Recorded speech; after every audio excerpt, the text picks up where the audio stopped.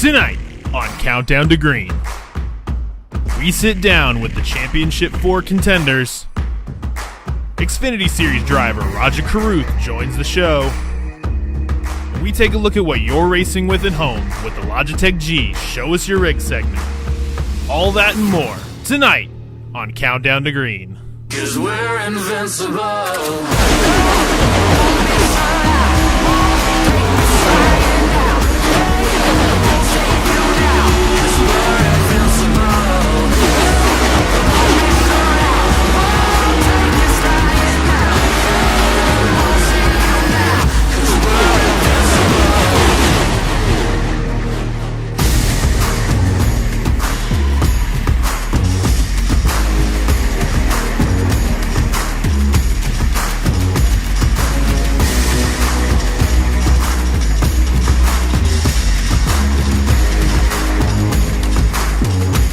Hello and welcome to the NASCAR Coca-Cola iRacing Series. This is Countdown to Green, and as you can see, we are live from the NASCAR Hall of Fame. Everyone make some noise, let's hear you! Yeah, you can see we have some big names, some friends, some fans right here enjoying the finale of this year's series. One driver will be crowned champ, and guess what? We're here to give you the story, to catch you up, to get you excited before the race. I'm Camille Salazar-Hadaway, and I'm here with our analysts. We have Alan Cabana, we have Brandon McCandless. How are you guys doing? This is awesome. I'm thinking about how this all started, how we've done this series the whole time from our homes, watching on Zoom cameras, and now here we are, all together. The drivers are over here to our right for $100,000. They're going for a champion. I can't imagine the pressure, and we've got hundreds of people looking at us. I feel pressure. I can't well, imagine that's the what drivers. I was just about to say. I feel pressure. The fact that I said Brandon, because Brandon, I'm sorry, but Blake McCandless, I'm sorry, the pressure is on. We have all these beautiful faces just staring at us, and we're all excited to see who will walk away. Certainly so, Camille, and again, great to have Brandon, who was with us earlier. We wish he could be here for Countdown to Green, but Brandon Cattell, we are with you. We hope you're doing well, but absolutely the pressure is up, and this is just an incredible atmosphere that the Hall of Fame has put on for us. I can't wait for tonight. Yeah, all right, well, we have a race ahead of us in Phoenix, and we got to see what happened at Homestead. Let's take a look.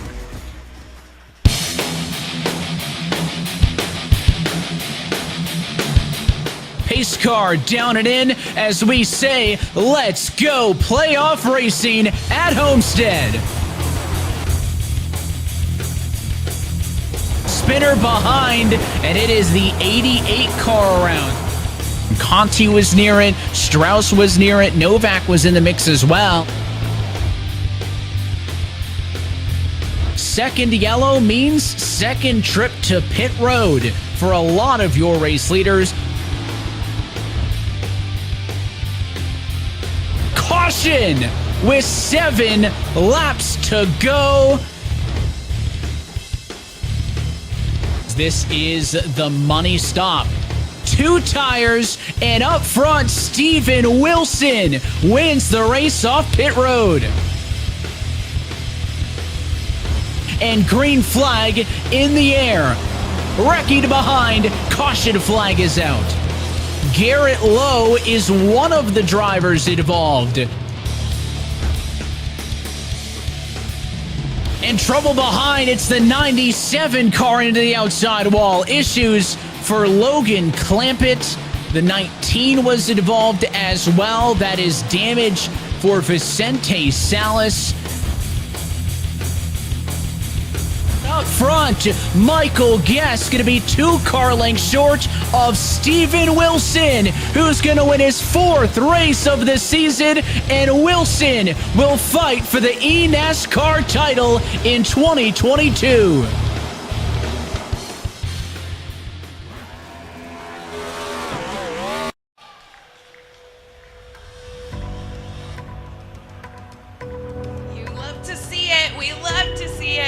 And now we are here looking ahead to Phoenix. We got to talk about your thoughts on Homestead. How do you think it went down? I mean, look, winning in, right? I mean, it was all about getting to this Final Four, being one of the 4 people you're looking at, 2 of them right there to go for the $100,000. The pressure is on. It only continues to build, but that's what they race all year for, is to get to this current standing right here. And that's exactly right, Alan. As you take a look at our playoff standings, this is pretty simple. We have really nothing to decipher, just 4 drivers left to try and race for this championship, 2 of which got there by virtue of wins. You can see Bobby Zalinski at Talladega got done in the opening round of the round of 10. Stephen Wilson got it done, as we just watched at Homestead, and 2 more drivers, Casey Cerwin and Graham Bolan, got in on points. But Alan, there are 2 battles going on here tonight. The cut line in the top 20 to try and stay in this series is on the line tonight. You see Ryan Luza, Donovan Strauss, Vicente Salas above that cut line. Alfala, Leahy, and Mercurio, which, by the way, 5 championships between those 2 drivers right there, and Alfala and Leahy. They are on the outside looking in. Vicente Salas is suspended for tonight, so he is going to be, I'm sure, sitting at home stressing out on whether he can get in this top 20. Yeah, and also they're racing for, don't forget the team standings. You can see them there. Stuart Haas Racing, Jim Beaver Esports, and Team XSET all still eligible to win the team championship. Stephen Wilson, of course, representing Stuart Haas Racing. Jim Beaver Esports, they don't have any drivers racing tonight, but they have a lot to race for. And, of course, Casey Curran repping the XSET. All 3 of those top teams there can still win the team championship. That means money, a lot of pride on the line. So many storylines beyond the 4 to our right, but so many storylines going on tonight for this race. And I mean, there must be a lot of storylines because we started this earlier this year. It's been a long but exciting road, so we gotta talk about the season. Let's start with Blake. Blake, what are your overall thoughts on how this season compares to others? Well, I remember I was on this show a year ago, Camille, and the one thing we talked about is this the end of points racing in this series, because so much has been determined by you have to go out and win, and we saw it this year with the next gen car. We were promised parity in real life. We got it here in the eNASCAR side as well, and so many of these drivers had to win to get into the playoffs, so you can almost throw points racing out the window. We have 2 drivers here tonight that won their way into this round. You can see Stephen Wilson, he's been the best of the bunch, 4 wins this year. So talked about it last year. That was my leading thought, kind of concluding 2021 is at the end of points racing. It is all about wins in this season. It is all about getting the job done and getting the checkered flag. Yeah, and it's crazy how much the real world has mirrored the eNASCAR side of things. Yeah. When I think about all the winners that we've had, we had 19 different winners on the NASCAR side, right? We've had 9 different winners this season here just to get into the playoffs. But then you think of some of the struggling champions on the Sundays. Martin Truex Jr. having a rough year, not making the playoffs. And then you look here on our series, and you have the Keegan Leahys of the world not able to defend his championship. Ray Alfala not making the playoffs. The mirroring of the real world into the virtual world here has been something I did not anticipate. And look who we got here. Another real world driver. That is Dale Earnhardt Jr., the man the trophy is named after here tonight. He'll join us later on in the broadcast. But when we're talking mixing the real world and the iRacing world, no better example than Dale Jr. right there. Well, I mean, giving some inspirations to the Final Four drivers there, I love to see it. For me, it definitely has to be my overall thoughts of the season. Actually, our producer, Drew, before I came in as the rookie for the series, was just like, you're going to love it. The community's great. And that's my overall thought of the season. I have not been so welcomed into this community, and being here in person and seeing all the lovely faces that help bring this series to life and help cheer on all the drivers. It's just so amazing. So I've been there trying to avoid the camera, but even like being with the crew here and everyone that's working behind the scenes. There's Blake. Yeah, there you are. It's just been such a welcoming environment, and really just the drive that these drivers have. I really admire. I love it all. I can't complain. Great I can't stuff. complain. As a fellow rookie, I will echo all of your comments. You can't steal my thoughts, Alan. Well, I mean, we're both rookies, so you brought up a great point. That I'm glad we got to do this. All right. Yeah, I don't. You know, I'm glad I got to do it with you. Yeah, there you go. Blake as We're well. both So newbies. there we go. So there we go. But you know what? We have so much to talk about. Alan, I do want to just fit this in there. It was great to obviously be here at the desk with you, but it was also great to win in point standings. Yes, we had a season-long Yes, competition. I wish I could have been there with you guys, but Well, no, I'm happy you weren't, because you would have just Yeah. dominated the picks. Blake, So Blake- thank you, Blake. Blake give is me too very much good. credit. Blake Yeah. is very good at picking winners. I was not, and you got skill or luck. It doesn't matter. You Well- won. You won. That's all that matters. It is all skill here. And you know who else has skill? Graham Bolan. Huge skill. Brought him right here at the finale. So let's take a look and learn a little bit more about this driver.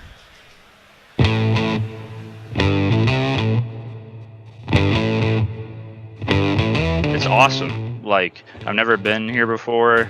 I put a lot of hard work this year trying to prepare to make it the Final Four because I made the playoffs last year and I felt like I ran pretty bad, but I was still close to making the Final Four. So if I just put some finishes together, I would make it. I think these playoffs were like the craziest and most like record-avoidance playoffs so far in the series. So as long as I kept my nose clean, I knew I could make it. And yeah, it's been an awesome season so far. I feel like it's less pressure. I feel like it's going to be a pretty clean race, and it's going to be whoever is going to have the pace. Because since I know that, and it's just one race, and whoever finishes better than everyone else will win, I'm kind of excited about that because like I know my pace has been there all year, especially a long run. I have usually really good cars and good handling, so and my driving's been there, so all I got to do is qualify and be fine. After I think Vegas, I had a good idea. As long as I tested X amount of hours or time, I would be near the front. So I did that. The races I struggled, I just qualified badly and then get caught up in a wreck. Or at Kansas, I was just racing too hard. I mean, it was my first time on a stage in front of people, so it was kind of a different environment, and I got excited running for the lead and made a mental error when I was 3 wide and didn't hear the call because people were screaming so loud. But once they started cheering, I felt like I drove better, as like much as that sounded, because like I wanted to win in front of the Charlotte Phoenix people, and it's going to be the same way at Hall of Fame because they're going to be there and it's going to be awesome. So I think I have an advantage. I think they're all a threat. Like Steven's been performing all well. Casey's been at his peak speed. Like I'm teammates with both of them off the track. Like we build the same car and we try to like get as fast as each other and we push each other. Bobby, he's a threat as well because I mean I don't know his speed. I know Steven's and Casey's speed, but I don't know Bobby's speed. I'm worried about them all. Like it's just like they're all the same to me. It's just like just gotta beat them all and hopefully execute on the final day. If I'm there, I'm gonna use my door, but I'm not gonna like just completely dump the guy. Like I'm gonna use the door, get him in the wall, but like obviously I won't just like full throttle him and make it look stupid and look like an idiot in front of thousands of people. Like that's not what I'm trying to do. I'm trying to ensure that I will win, but NASCAR style, like Daniel Hemrick or something like that in the Xfinity Championship or something. Like as long, I mean it's NASCAR, you can rub. So in my opinion, as long as you rub doors, it's fine.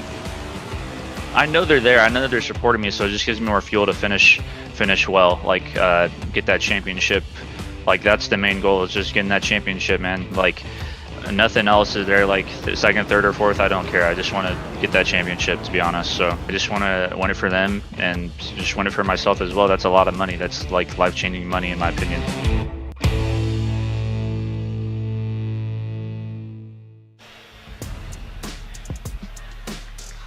All right, you heard it right there.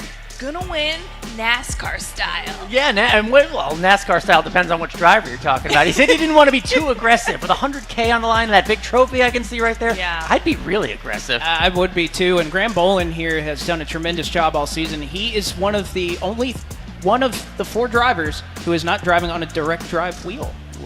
Interesting, I guess, little nugget right there. Yeah. So he's been able to do it. You don't need the best equipment to get it done. You can make speed even with a simple setup here. We'll see what difference that makes tonight. Yeah, the series is for everyone, and one driver in particular has made a 5th return to the championship finale. We have Bobby Zalinski. We could have stopped talking about him as well, so let's take a look and learn more about Bobby.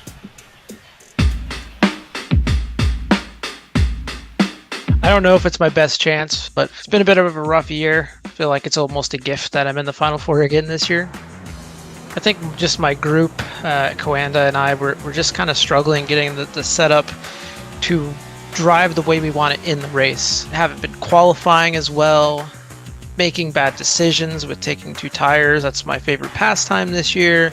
It was pretty much the first 10 races of the year. It was just like mediocre, middle of the pack, maybe a little above average, just trying to figure things out, and it finally clicked.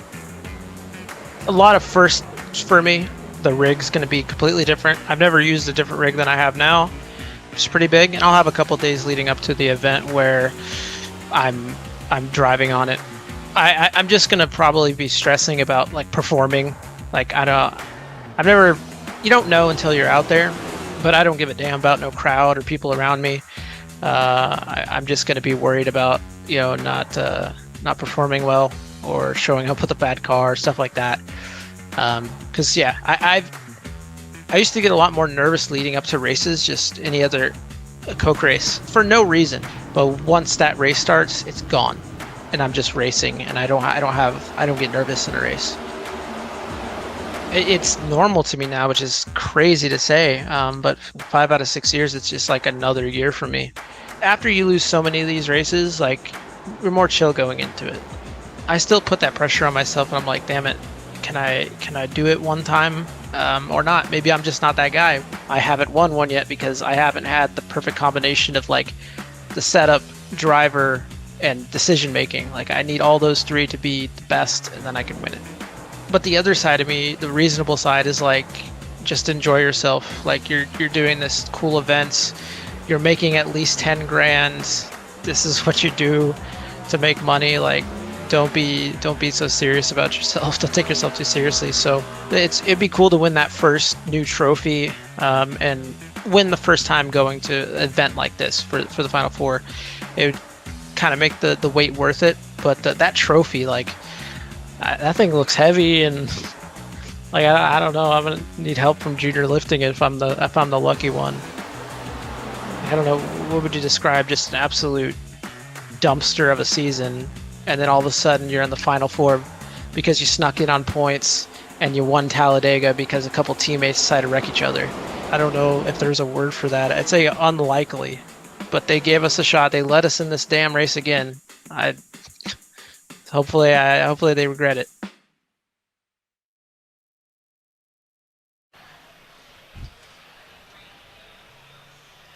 Bobby, if you're gonna ask Bobby why so serious, he's gonna be like, don't be serious. Just enjoy the race. We love to see it.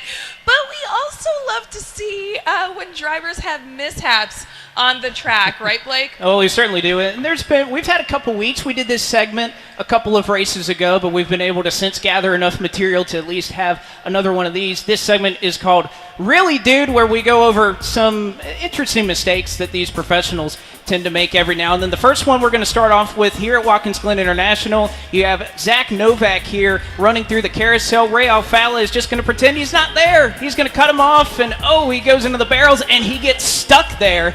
4-time Ray Alfala with the self-clear right there through the carousel. Thought he had enough right there, and just a couple inches shy of the spotter calling clear right there. So Ray Alfala, 4-time champion. He's been a winner this season, but he's fighting to get into the series, and partly it's because of that. Really, dude? Really, dude? You got to know a little bit better than that. Next one up, Darlington. Back into the playoffs here. You see Dylan Alt right now, the Wendy's biggie bag machine. He is a little bit off the pace, and actually I think he had broke something. He was just trying to get to the end. Very off pace. The last thing you want to do if you're in this scenario, though, is cause an accident. And you see he gets stuck on the banking right there, spins it around. Jimmy Mullis gets into him. Malik Ray comes piling in. SimSeats, the sponsor that's here that has a couple of sim rigs, they're not happy about that. Really, dude, you got to know a little bit better than that. Unfortunately, Dylan Alt looks like he'll be in the Contender Series here in 2022. Next one up, Caden Honeycutt. Great driver, has had so much success in real life. He won the Cars Tour race at Ace Speedway. He nearly won the 9th annual Rodney Cook Classic. But here at Bristol, he causes a huge accident. They're going so fast here in these next-gen cars that there is nowhere to go. And this is a wreck that didn't just start. It just kept going and going and going. So Caden Honeycutt gets near the front after a tough luck year here in this series. Come on.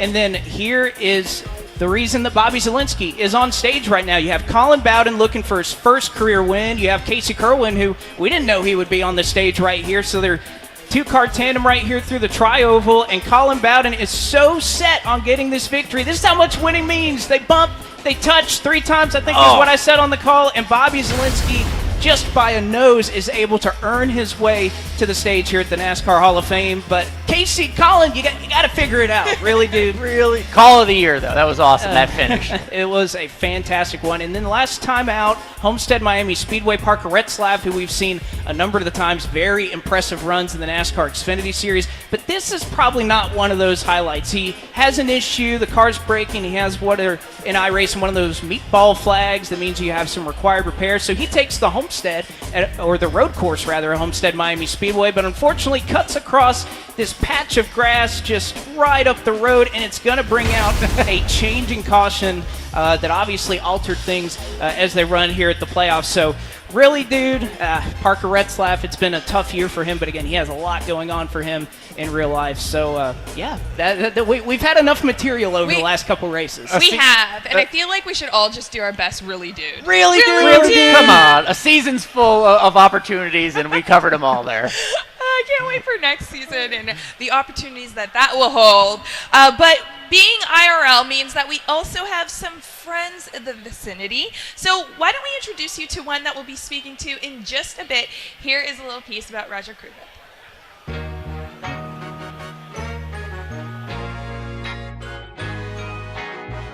They say if you love what you do, you'll never work a day in your life. For Raja Kuth, one of the newest faces on the NASCAR circuit, truer words could never be spoken.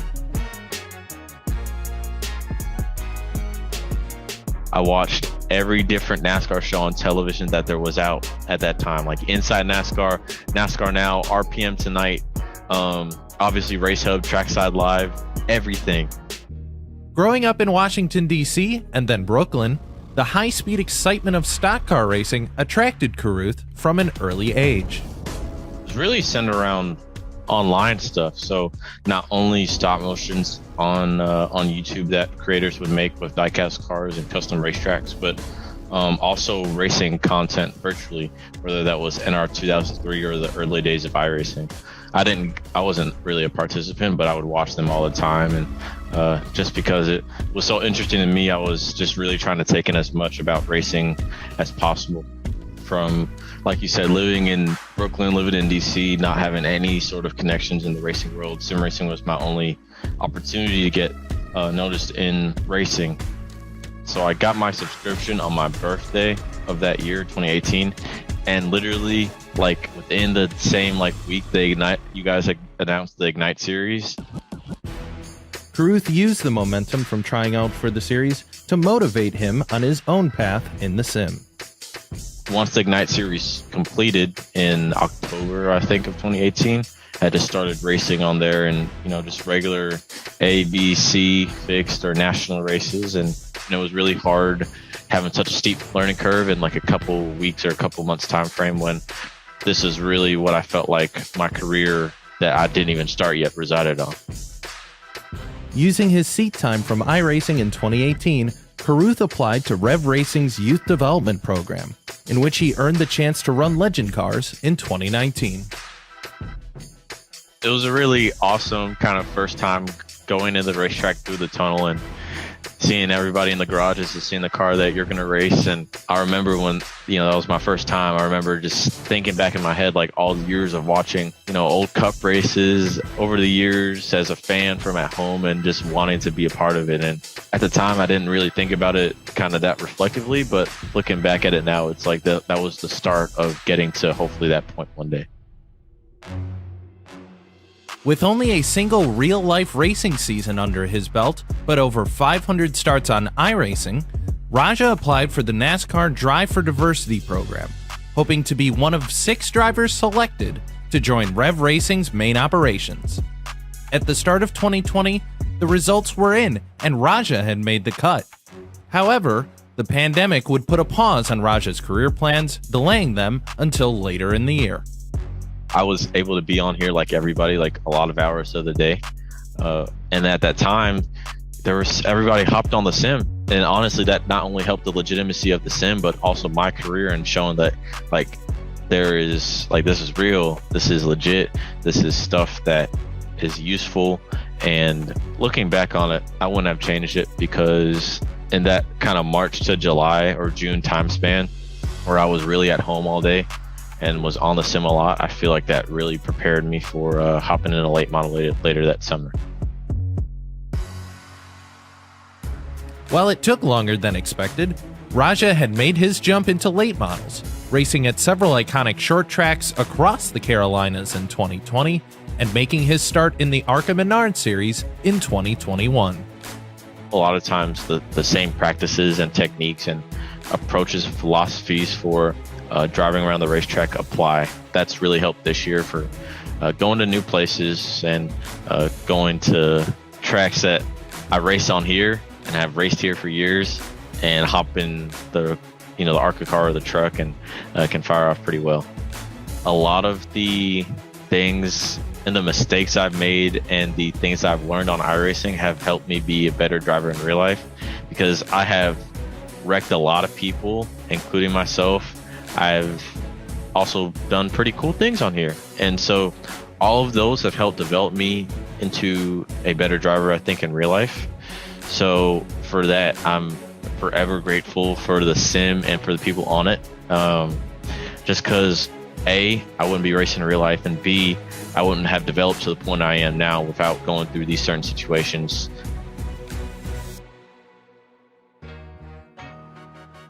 The new experiences have continued for Kuth, with several starts in 2022 in the NASCAR Xfinity Series for Alpha Prime Racing and Tommy Joe Martins. It's been a very quick journey, I think, looking back at the years. But I really look at it with gratitude, man, because I feel thankful to be alive at this point where me, a inner city kid who otherwise would never be able to get into the world of racing, had that opportunity because of something like iRacing. It's honestly really crazy. And I feel glad to have been around at this time to where this is where I started my career, because otherwise, I wouldn't be racing or being able to chase my dreams. Beyond his own ambition, Kuth understands the importance of setting an example and being a role model for many others with the same dreams he had. I enjoy and welcome that responsibility to kind of be an ambassador in that role, because I was that kid that watched races on TV, played with toys, and wanted to be racing on Sundays. For people that look like me, we see people on TV. Representation is so important to us, and our options are to go to the street or either make music or play sports. And so to see, representation not only on the track and on the television, but also behind the scenes is huge. And I think not only NASCAR, but iRacing has that opportunity to help usher in that process of showing people that is endless opportunities out there, specifically in the world of STEM and sim racing. To have the chance to be an ambassador and be a role model to kids out there, I really just try to make the most of that chance, because I welcome that. I feel truly honored to be in that spot, because I was that kid not even 5 years ago, sitting like at home in DC, being a total nerd, total geek, and just watching stuff and wanting to be a part of it. And so to have that chance, I'm really thankful for it. And I try every day to make the most of it and be a good representative. And, I really welcome the opportunity, and I'm thankful for it.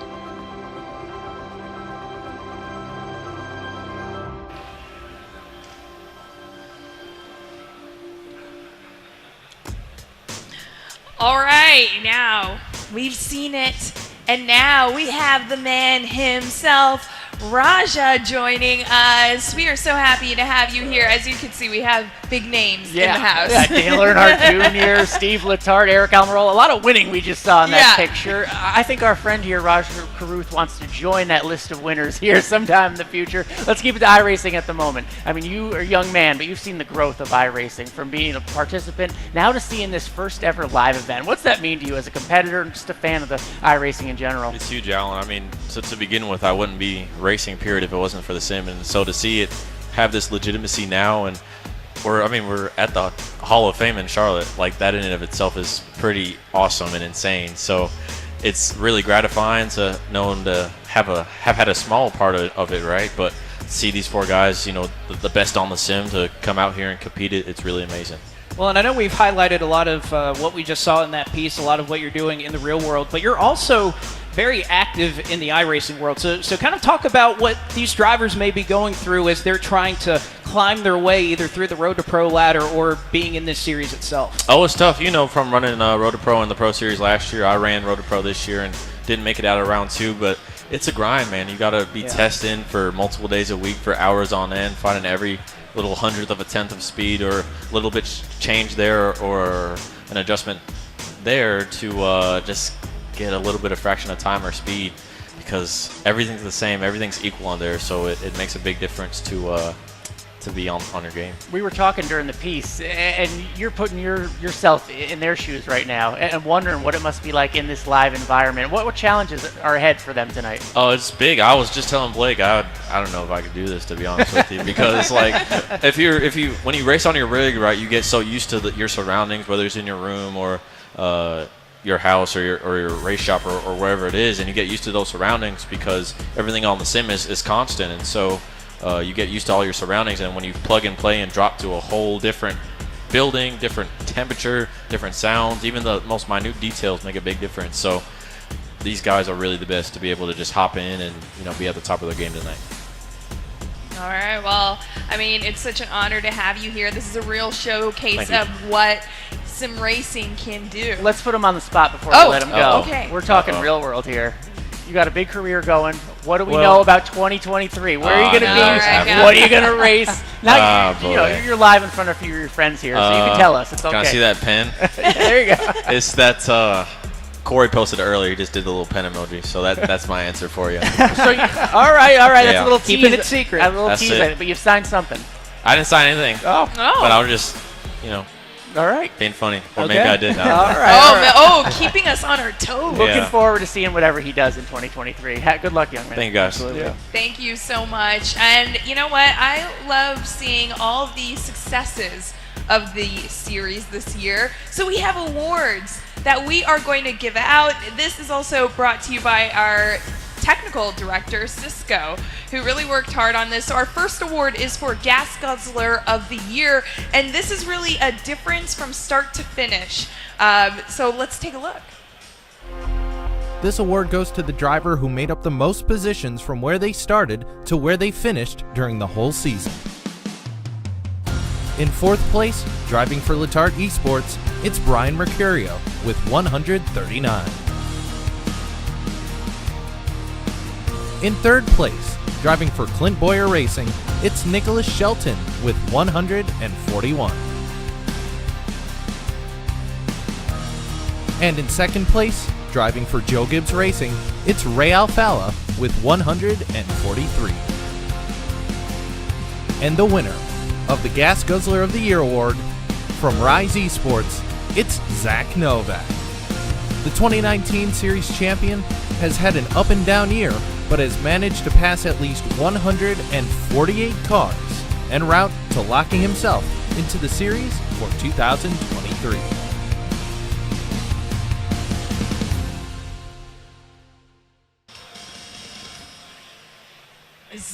Zach is, pressing that fuel out, just letting it ride. Yeah, it's always nice to win an award, but what does that mean? That he didn't qualify very well and had to pass a bunch of people? Is that what we're giving an award for? I guess so. He was able to pass, racing 4. That's the way you always want to do it. And it was a little bit of a trying year for the series champion, who came close to winning so many times, and likely I think could have ended up on the stage if he were able to do it. All right, well, we have another award to give out, and this one I think we're going to like. It's Paint Scheme of the Year.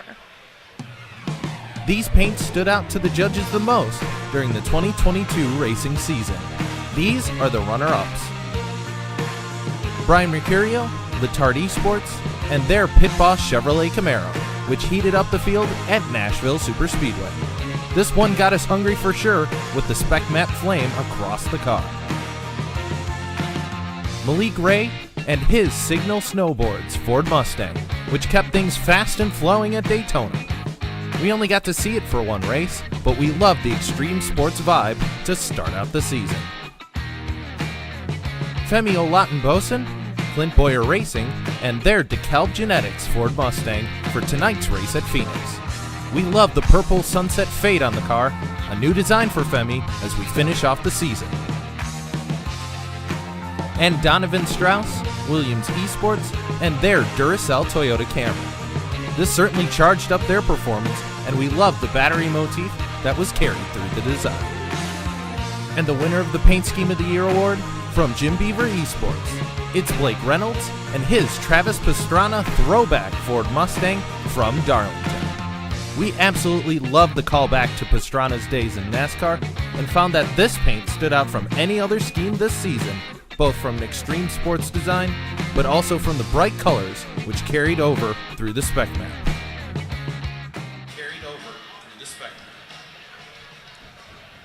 And we love those bright colors.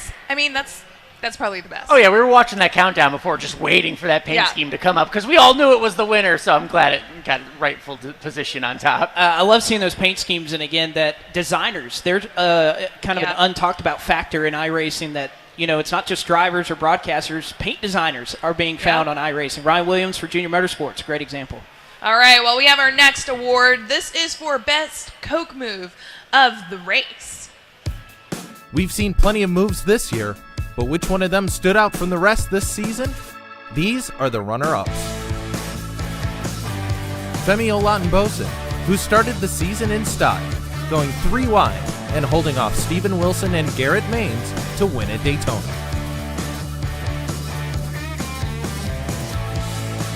Steven Wilson, who threw caution to the wind, blocking and holding off Bobby Zalinski for the win at the All-Star race on the streets of Chicago.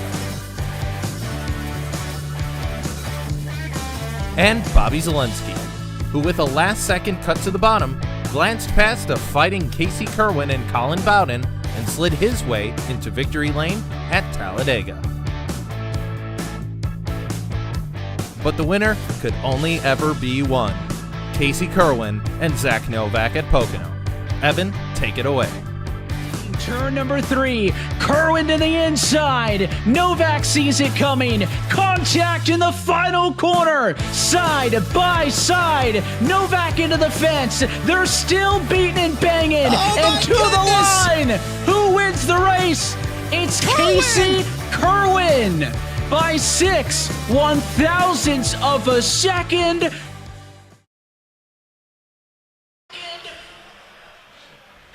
I mean, I love seeing that moment. I feel like that moment is imprinted in my head. Oh, that and the call. I mean, of course, Yeah. we had so many cool moments with to put that one on there. Good memories? Yeah, absolutely, and that's going to be a finish that this series will remember. I mean, as long as it's around. Yeah, definitely. But we also have our final award, Grand Marshal. Best Grand Marshal. Let's take a look. We've had some special faces start off our races in 2022, but who had the best call to start your engines? These are the runner-ups. Greg Walter from Charlotte Motor Speedway. Lieutenant Colonel Dan Rooney from the Folds of Honor and Atlanta Motor Speedway. Dennis Bickmeyer from Richmond Raceway. And William Byron at Homestead Miami Speedway. But this year, the crown finally went to one of our friends from last year who came back and amped it up even more this year. It's Patrick Warren, president of Kansas Speedway. On behalf of everyone at Kansas Speedway who worked so hard to put on great racing, drivers, start your engines!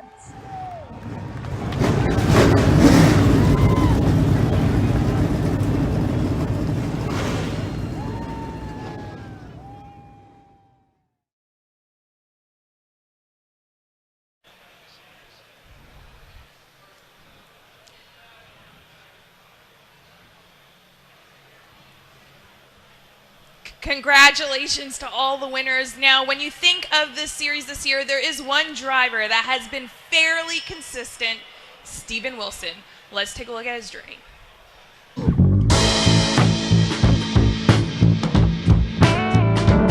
Honestly, I was just super looking forward to trying to get this far so that I could get to the live stage, because I think that's just first time for everyone, and then it'll be a cool thing to be a part of no matter where I end up in the Final Four. But I think obviously the goal is still to win a championship, so I'm sure racing in front of a live audience on here for the first time, there'll probably be some nerves that'll kick in. But I think I've dealt with it all year, so hopefully I can just put that behind me and do what I do. After the start of the year I had, it was kind of looking good. I won, I think, third race out, so from then on it was just looking forward to the playoffs. Had good momentum all year, had good speed, so I just think that the momentum is built, and every track we seem to show up with good speed, so that helps. Well, the late model series was something that interested me a few years ago. I didn't really try that hard for that. I didn't, because I haven't raced that car in like 2 years really. So yeah, it was just kind of something I did on Mondays. And then college series, I did it earlier this year in the truck, and pretty much I think just showing up, the session opens, we practice for like an hour before the race. I think learned plenty from that, doing the hot laps that we do. Obviously Coke is my number one. Practice the most for that, run tons of laps. I enjoy it, just it's a lot of work sometimes, but I do mainly focus on the Coke series. Seeing how it's Phoenix, it's more of a short track, and short tracks for me, just any track where you're using a good amount of brake. I don't know what it is, but I'm just not as good as some of the other people there. So everyone's going to be hard to beat. I think Graham is usually really good at shorter tracks. For us, he's usually the benchmark guy to go off of. So honestly, I'd say he's my number one. I think it's just putting more and more laps in, just getting used to everything will be huge. I think everyone's going to have, out of the four of us, we're all going to have an insane amount of practice between the four of us. And then getting there to the venue a few days early will also be, I'll be racing on a different place, different rigs. So I'll just get used to that, and hopefully that'll see some improvement if I'll be in an actual rig compared to my desk. It's just going to be big though, starting up front. Whoever can, we've done mostly race things up to this point. We still have a couple weeks to get ready, so I think the Q practice, which honestly all year has been something that I've been pretty good at compared to my race pace. My Q pace has been good, so that'll definitely help ease things if I start in front of everybody else.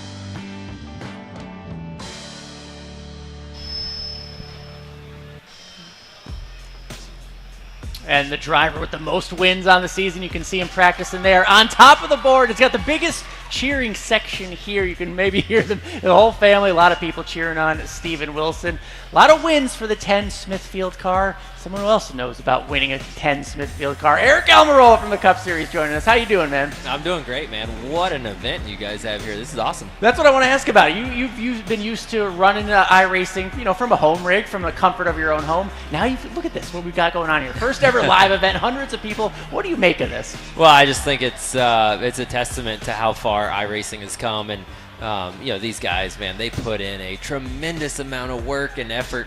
I know, back in 2020 when everything shut down because of the pandemic, and we started, doing live iRacing, how much work it was for me to get up to speed. And Graham actually was helping me quite a bit. And so just to be here tonight and to support these guys and to support Steven, and he's had a heck of a year.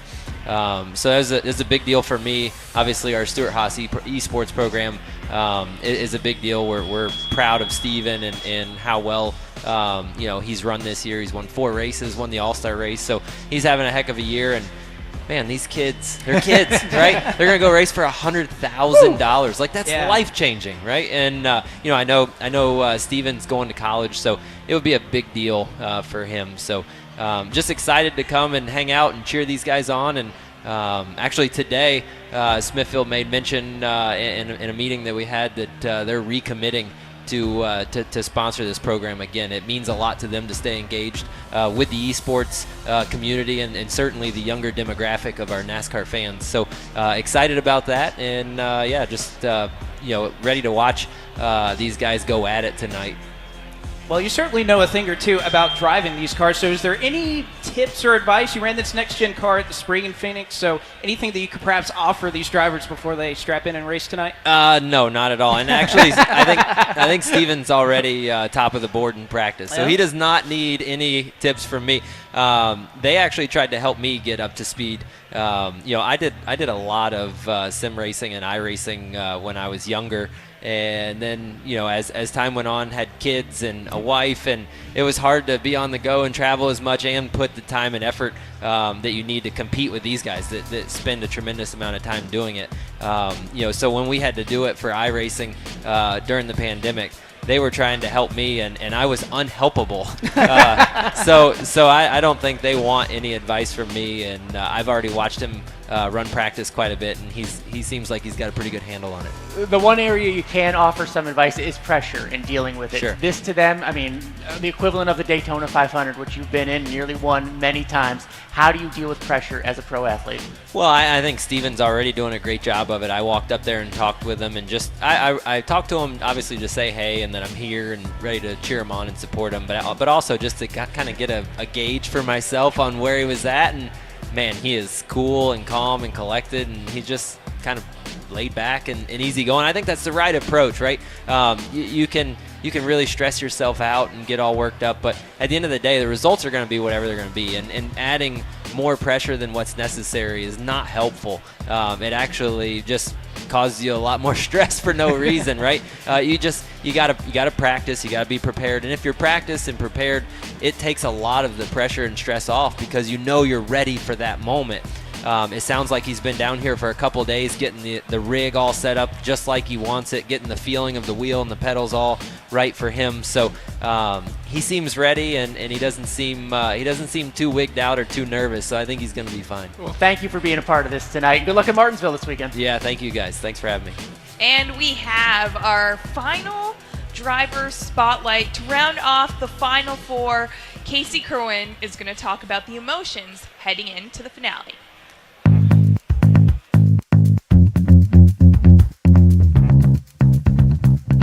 I mean, I've always had confidence, and like at times we've run really well. I felt like we could make it, but it's a very difficult task to make it to the Final Four. So it's hard to see it, but I mean, I definitely felt like, especially this year, with the speed we had, I knew we could run up front and win races and make it. This year, yeah, I had a whole lot more confidence, but I don't know if you asked me 5 years ago if I'd ever get here. I think it's just kind of been a steady progression, just getting better and better, and yeah, now we're here.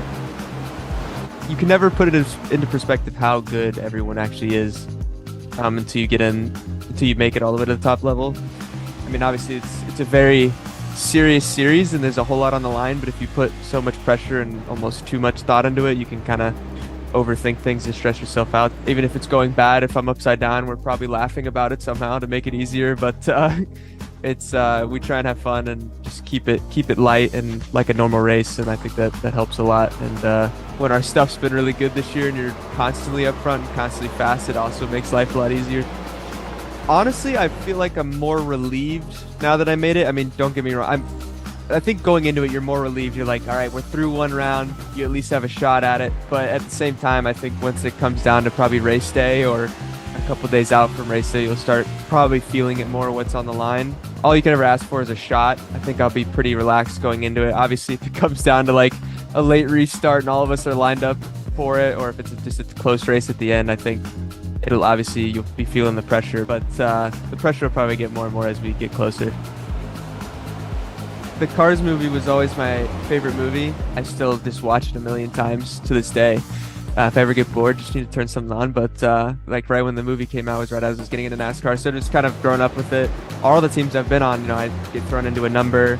I was a 38 last year for Alfredo, and after he went back to Xfinity, he was in the 23. That's obviously not available. They were like, well, let's just find a number. And so I was just thinking about it, and I was like, why not just go like full into the Lightning McQueen thing and go for the 95. And some of it too was the fact that we were running the LA Coliseum, with the whole race in LA and the movie and everything. So we just kind of leaned into it. And yeah, it's been fun. It's we got the whole the Piston Cup and everything to match the whole time we've been racing. So it's started off well with first race in the 95. We won the Clash, and yeah, it's been a really good year. So it's definitely been good luck, and hopefully we can top it off on a good note. Yeah, I mean, it mean a lot, and it's funny. I joke with people obviously the 100 grand's awesome, but I always joke I've won some big races in iRacing and everything, but we just never quite something with a physical trophy. And for the stream background, I need some nice display piece back here. So, yeah, honestly, I'd say I care just as much as the trophy as the money, if not a little bit more. Yeah, it'd mean a lot, just all the effort over all the years. You never know if you're going to have the opportunity, period, to have a chance at it, let alone to win it would just be insane.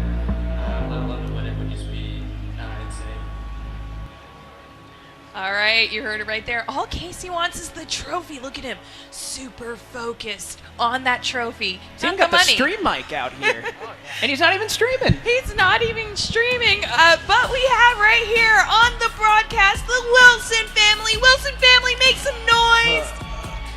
We love to see it. Look at Gigi. They got the merch and everything. Oh, I love They it. are ready to Drivers go. with their own merch. I love it. Good stuff. Good stuff. Family supported. Family support, and we're getting to more good stuff because it is time for Show Us Your Rig, brought to you by partners at Logitech, my favorite segment. This is where you get to show us your rigs at home, and we get to talk about it. It's very straightforward. Our first rig is from Daniel. Wow. Daniel Moret, IMSA driver. Tony Kanaan, maybe you've heard of him. Yes. He's won the Indy 500. He's racing at home. That's his rig that he's got there. Love the green there. Caden Honeycutt, you know him? Yeah, we were just talking about him. He's got a little simple setup. Cable management could be a little bit better, but I know he recently moved to North Carolina. Justin Yellow loves writing about this stuff and covering it all. It's great to have him here in the building tonight. Yeah, we love to see it, Justin. Oh, we have Steve, the boss as man. well. I was about to say, can't say anything bad about this rig. This is the best rig ever. How do you pay attention with all those games going on back? Kevin Bobbitt, the director of marketing at iRacing, he's also here tonight. All right, could do a little better. Not exactly Steve Myers, but it's good. Look at how comfortable this looks. Corey from our broadcast production team. This is very comfortable. The bed is right there after a good race. You just kind of roll over. Yeah, and then we Sleep got a little bit. We got Cisco, our technical producer, here as well. And that sits pretty low on the ground. I mean, look at that wheel. It's way beneath the desk. Sitting low there. Oh, what? What is that? Oh, what? Wait, Sean. So this one, JoJo's making an appearance here. Is that a chicken? Is that a chicken? JoJo That's a the chicken? That is okay. confirmed Sean, chicken. You need to tweet us and let us know the story here. Oh, apparently we're learning that he owns chickens. I want to know how much. Yeah. Will we see them in the series next year? I don't know. Next one is from Drew. The voice in our ear right now, Yes. Drew Admonson, the boss behind it all. That is his setup at home. I don't know how he directs us and is able to play and is able to take all that stuff. And if you look closely, those are rubber ducks. Those are rubber ducks. So many I don't colors. even know what to You say have to all that. all the colors I represented. I would not expect that of Drew. He's usually just like, all right, we got to do this, we got to do that. But he's telling us that's who he talked to during the pandemic. Those were his friends. And now he has us as friends too, so you can get rid of them.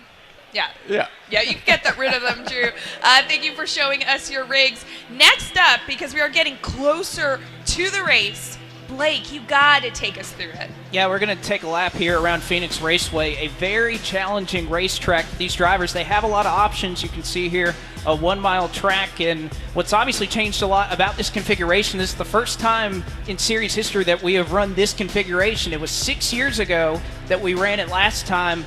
The start-finish line was on the front straightaway, or what is now the back straightaway, so it's obviously changed a lot. The dogleg is very aggressive now. You can go down there to try to make some time. So this track has changed a lot, and it's very technical, especially kind of approaching the start-finish line there off of turn 4. That's what you want to call it, but a lot of options out here for these drivers, especially 1 and 2. They can run the high side, they can run the low side there in that corner. So we've been seeing these guys. They've been running all over the racetrack. I know on Sundays you can dive bomb that dog leg. Friday, Saturday, and Sunday. All the series are going to be doing it. I don't know if we'll see it tonight, but in just a few minutes we'll have the green flag and see where these drivers go on it. It's going to be an interesting one because it's the first time Phoenix in 5 years, and it is not the same. I guess who the winner of that race was? Bobby Zalinski. Ooh, Will this be the year for Bobby? I don't know, but what I do want to know is our picks for the champ.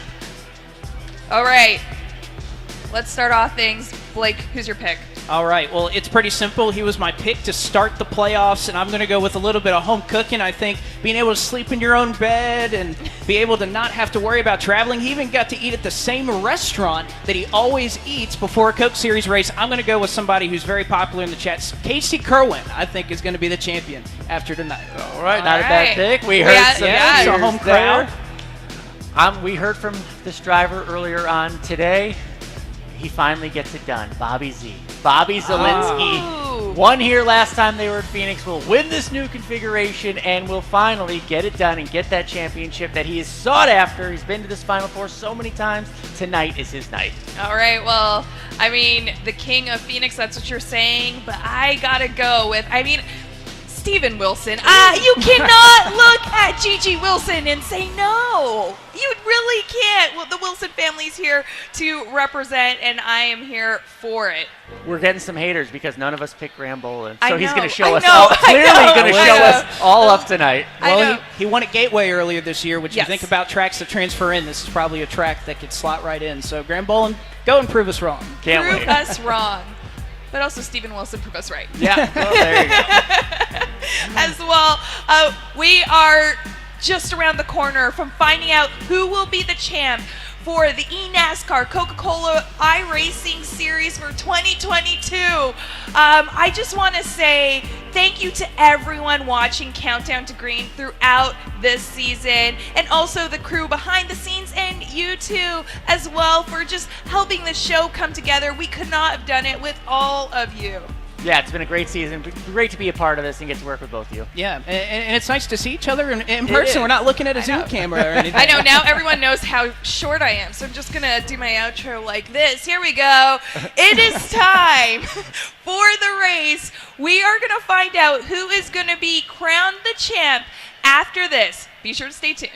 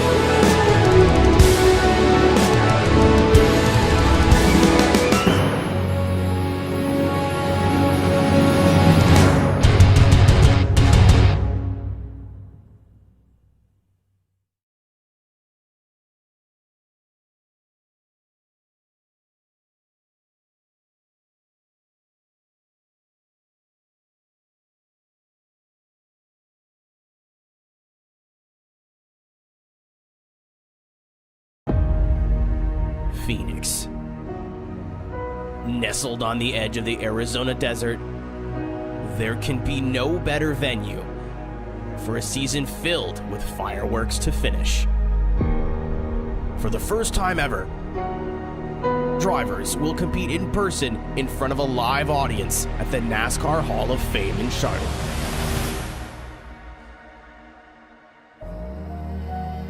Eight months, 17 races, and hundreds of hours of testing, prep, and practice has all led to this. Many new challenges await the 4 drivers hoping to etch their names into eNASCAR history. $100,000 to the winner.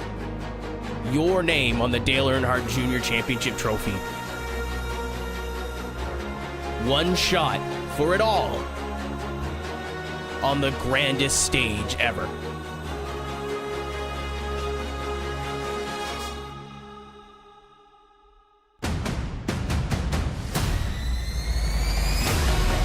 It doesn't matter what year it is. It's one race. It's just a race. I don't give a damn about no crowd or people around me. Try to be the best driver you can and make the best decisions. That's how you win it. Honestly, I was just super looking forward to trying to get this far so that I could get to the live stage. First time for everyone, and then it'll be a cool thing to be a part of no matter where I end up. I feel like it's less pressure because I'm already here. I feel like it's going to be a pretty clean race, and it's going to be whoever is going to have the pace. I think I have an advantage, but it takes like 20 laps and you're fine. Honestly, I feel like I'm more relieved now that I made it, but at the same time, I think once it comes down to probably race day or a couple days out from race day, you'll start probably feeling it more what's on the line. All you can ever ask for is a shot.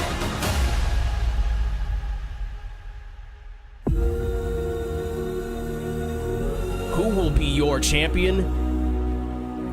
The time to find out is now.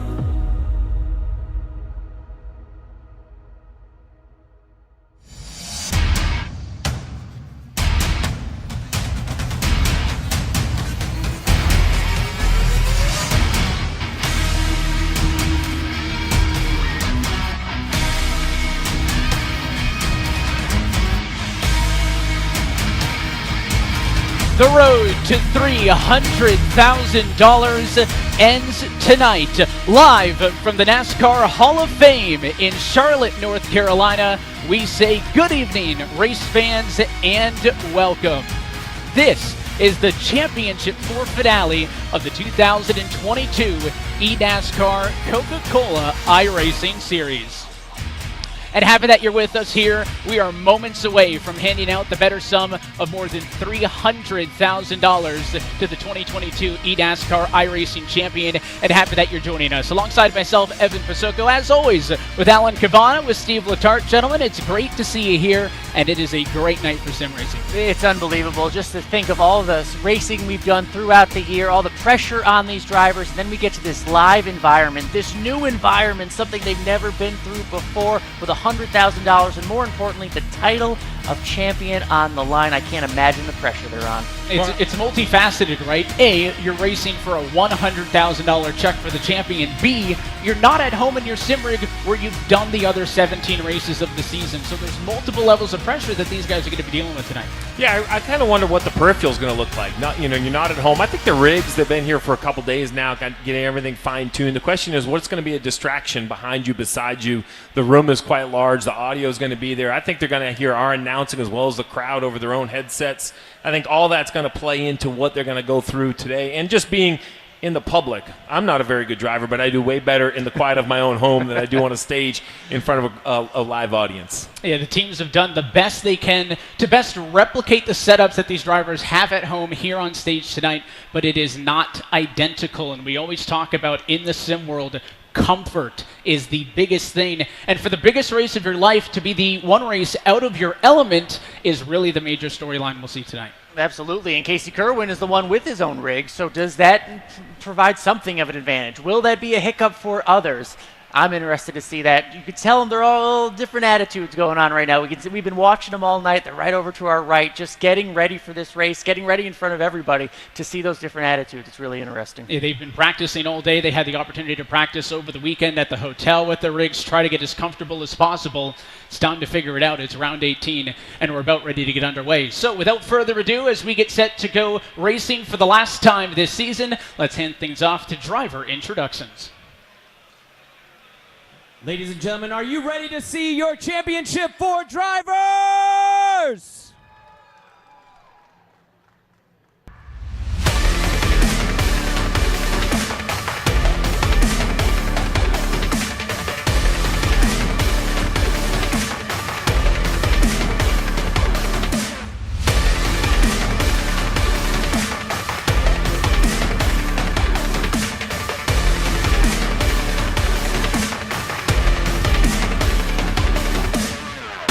First driver won his way in at Talladega, making his 5th championship 4 appearance.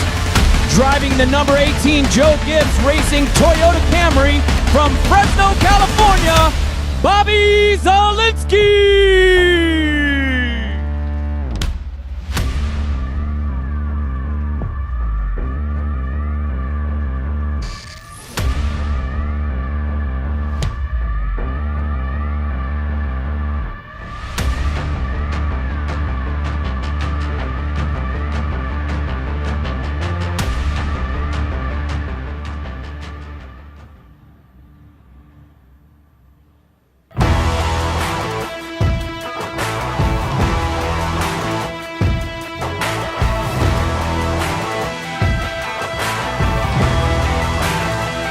The winner of one of the wildest finishes in eNASCAR history, the hometown hero, driving the number 95 XZ Chevrolet Camaro from Matthews, North Carolina, Mr. Kuth himself, Casey Cerwin.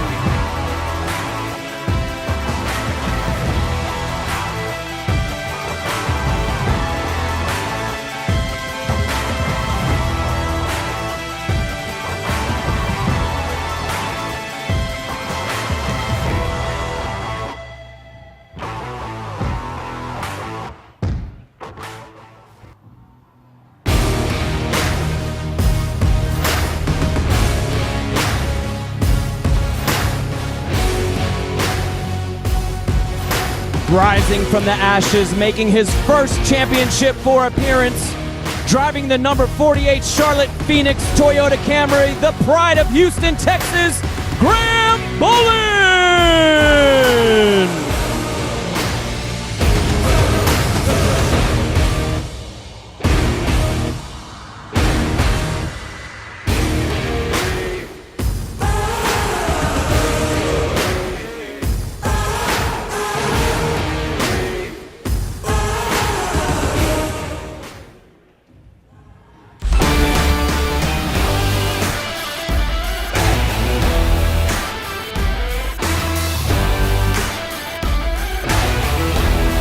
Punching his ticket to the finals at Homestead. He's won, count it, 4 times this year, driving the number 10 Stuart Haas Racing Ford Mustang from Cedar Rapids, Iowa. Break out the bacon, Steven Wilson!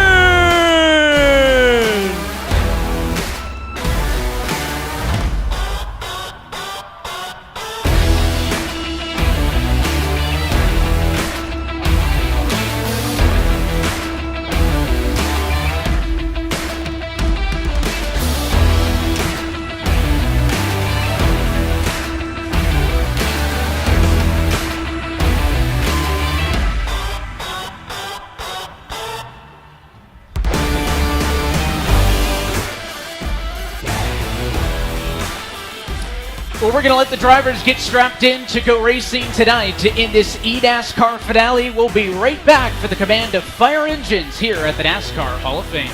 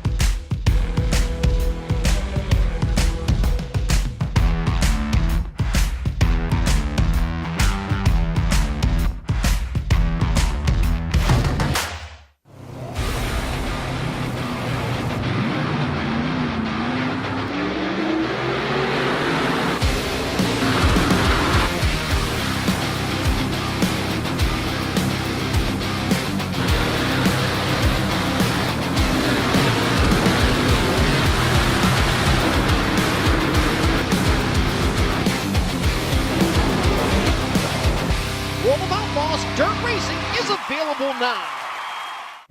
There are just two ways through the playoffs. The first one, elimination.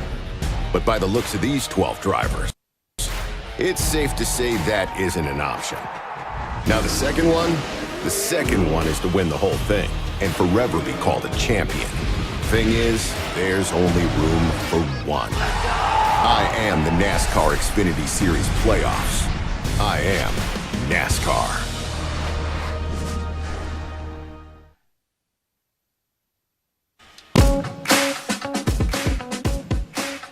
And back live for the NASCAR Hall of Fame as we get set for this Phoenix Championship 4 finale in the eNASCAR Coca-Cola iRacing Series here in 2022. Guys, the drivers are strapped in. We're just about set to get things underway. Yeah, looking forward to it. Pressure's here. It's interesting as you walk in, I knew that they all had separate rigs, but the shoe choice is of a good highlight. 2 barefoot, 2 socks by my count as they go up the stairs. We talked about that earlier. That's going to be fun. Well, this series has come a long way since he won its very first race back on February the 9th of 2010. Tonight's Grand Marshal is Dale Earnhardt Jr. to get things officially underway.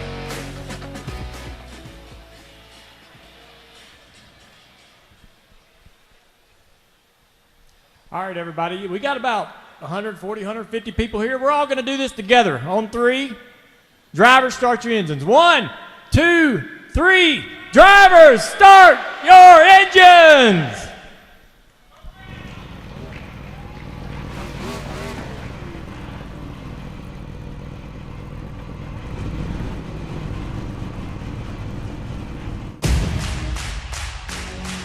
Four drivers walk into the desert in Phoenix. Only one can leave a champion. You all know what the stakes are tonight. Zalinski, Wilson, Cerwin, Bolan. The time for waiting is over. The 2022 eNASCAR Coca-Cola iRacing Series Championship starts now. 'Cause this is my moment.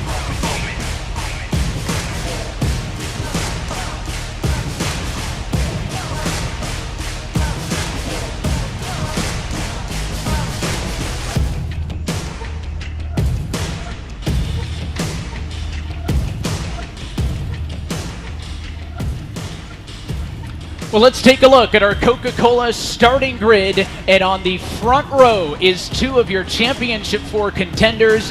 Graham Bolan on pole, right alongside the 18 of Bobby Zalinski.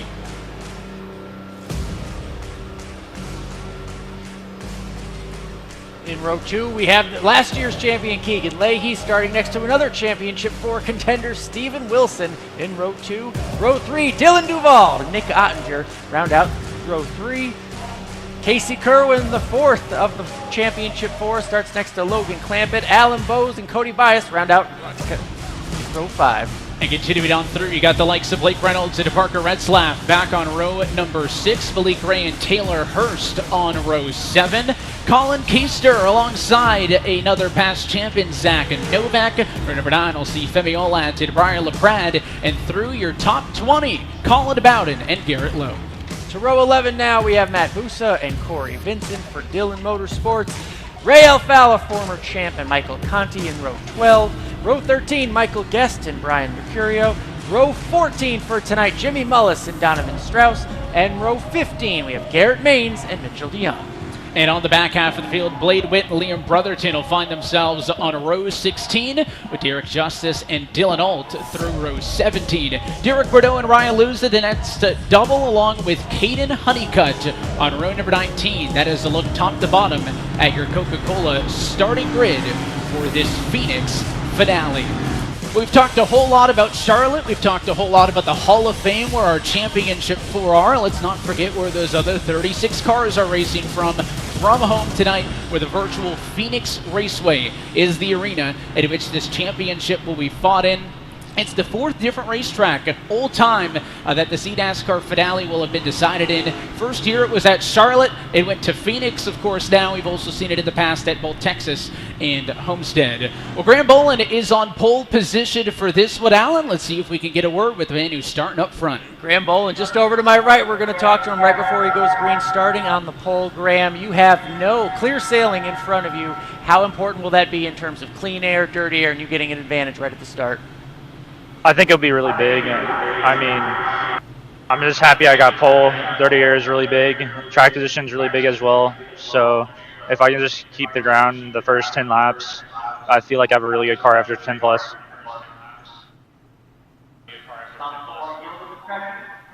Graham Bolan on the pole. Are you dealing with the pressure? All right, well, Evan, we'll send it back to you. We'll let them get ready for this big race. Well, a lot of drivers have been talking about track position going to be important, so I think it's a big step in the right direction that the 48 and the 18 are on the front row for this one. Let's talk a little bit more about what we'll be seeing tonight at Virtual Phoenix. Steve, walk us through it with a look at our ASUS race analysis. Well, it's a very difficult racetrack, just over a mile, 110 laps, 110 miles. Pit road speed 45 miles an hour. You lose just over 30 seconds to come down pit road. 3 sets of tires. The fuel window somewhere between 55 and 58 laps. Very asymmetric racetrack. One end very flat, one end has banking, and that front dogleg will definitely be in play on the starts. And with that race distance, we talk about the fuel window. That could make things interesting if there's a couple of yellows over the course of this one. If not, it's pretty cut and dry. Drivers looking at a one-stopper to get to the distance in this one, but there is a lot of play in effect with that. Of course, lined up some 37, 38 cars deep. There's more than just the championship on the line tonight, guys. Also, for everybody else racing in the rigs at home, trying to stay in this series for 2023. There's a relegation battle we'll be checking in with over the night. There's also a pretty significant team championship on the line as well. The team champions walk away with $12,500 in their own right, so there is a lot happening all throughout the field, and those 110 laps are going to fly by. And that's the biggest difference from what we see on Sundays, right, where they just focus on the 4 drivers going after the championship. So much money and future prospects on the line for a lot of these drivers who want to stay in this series. It's all on the line tonight. Everyone's going to walk away with something. Of course, it's $100,000 to one of the 4 men on stage with us here at the NASCAR Hall of Fame who wins that championship, $25,000 to second, $15,000 to third, $10,000 to fourth place. It is the biggest event in the 13-year history of this series. Well, it's a life-changing moment, and we see a lot of big races for professional athletes all across the world. And while these guys are professional gamers and professional e-racers, $100,000 to either of these 4 drivers on stage it's just going to be an unbelievable accomplishment. It's fun to call this final race. I've been part of it a few years now, and the reaction when the checker flag finally falls, you can't predict how they're going to react. It's just so natural, so much fun to see, and I'm thankful this year we get to see it in person. We are getting set to crown the 10th different champion in series history, and we're happy that you're with us if you're here in Charlotte or tuning in on eNASCAR.com. The pace car is off and in, and the field is in the hands of the number 48 machine of Graham Bolan. For one last time this season, we say, let's go championship racing at Phoenix. And right away, we see that dog leg come into play. I was wondering what we would see with these cars here in this first time for this configuration in a championship race, and they were all down there right away. First time ever we've raced on this iteration of the Phoenix Raceway here on the iRacing service. Of course, it's been a couple of years since we've raced here. Generally, that was on the older layout before the front stretch and the back stretch got flipped at a yellow flag early in this one. Up front, things seem to be fine. Most of your championship 4 cars in the top 10, no issues with them. So something towards the back will bring it a very quick yellow here. And amongst the top 5 are our championship 4, but sitting there in third is one of those drivers we talked about, last year's champion, Keegan Leahy, racing for the potential to be relegated out of this series. He's one of those drivers with that on the line, so he will be up there competing for every position because he has plenty to race for. Here's the replay.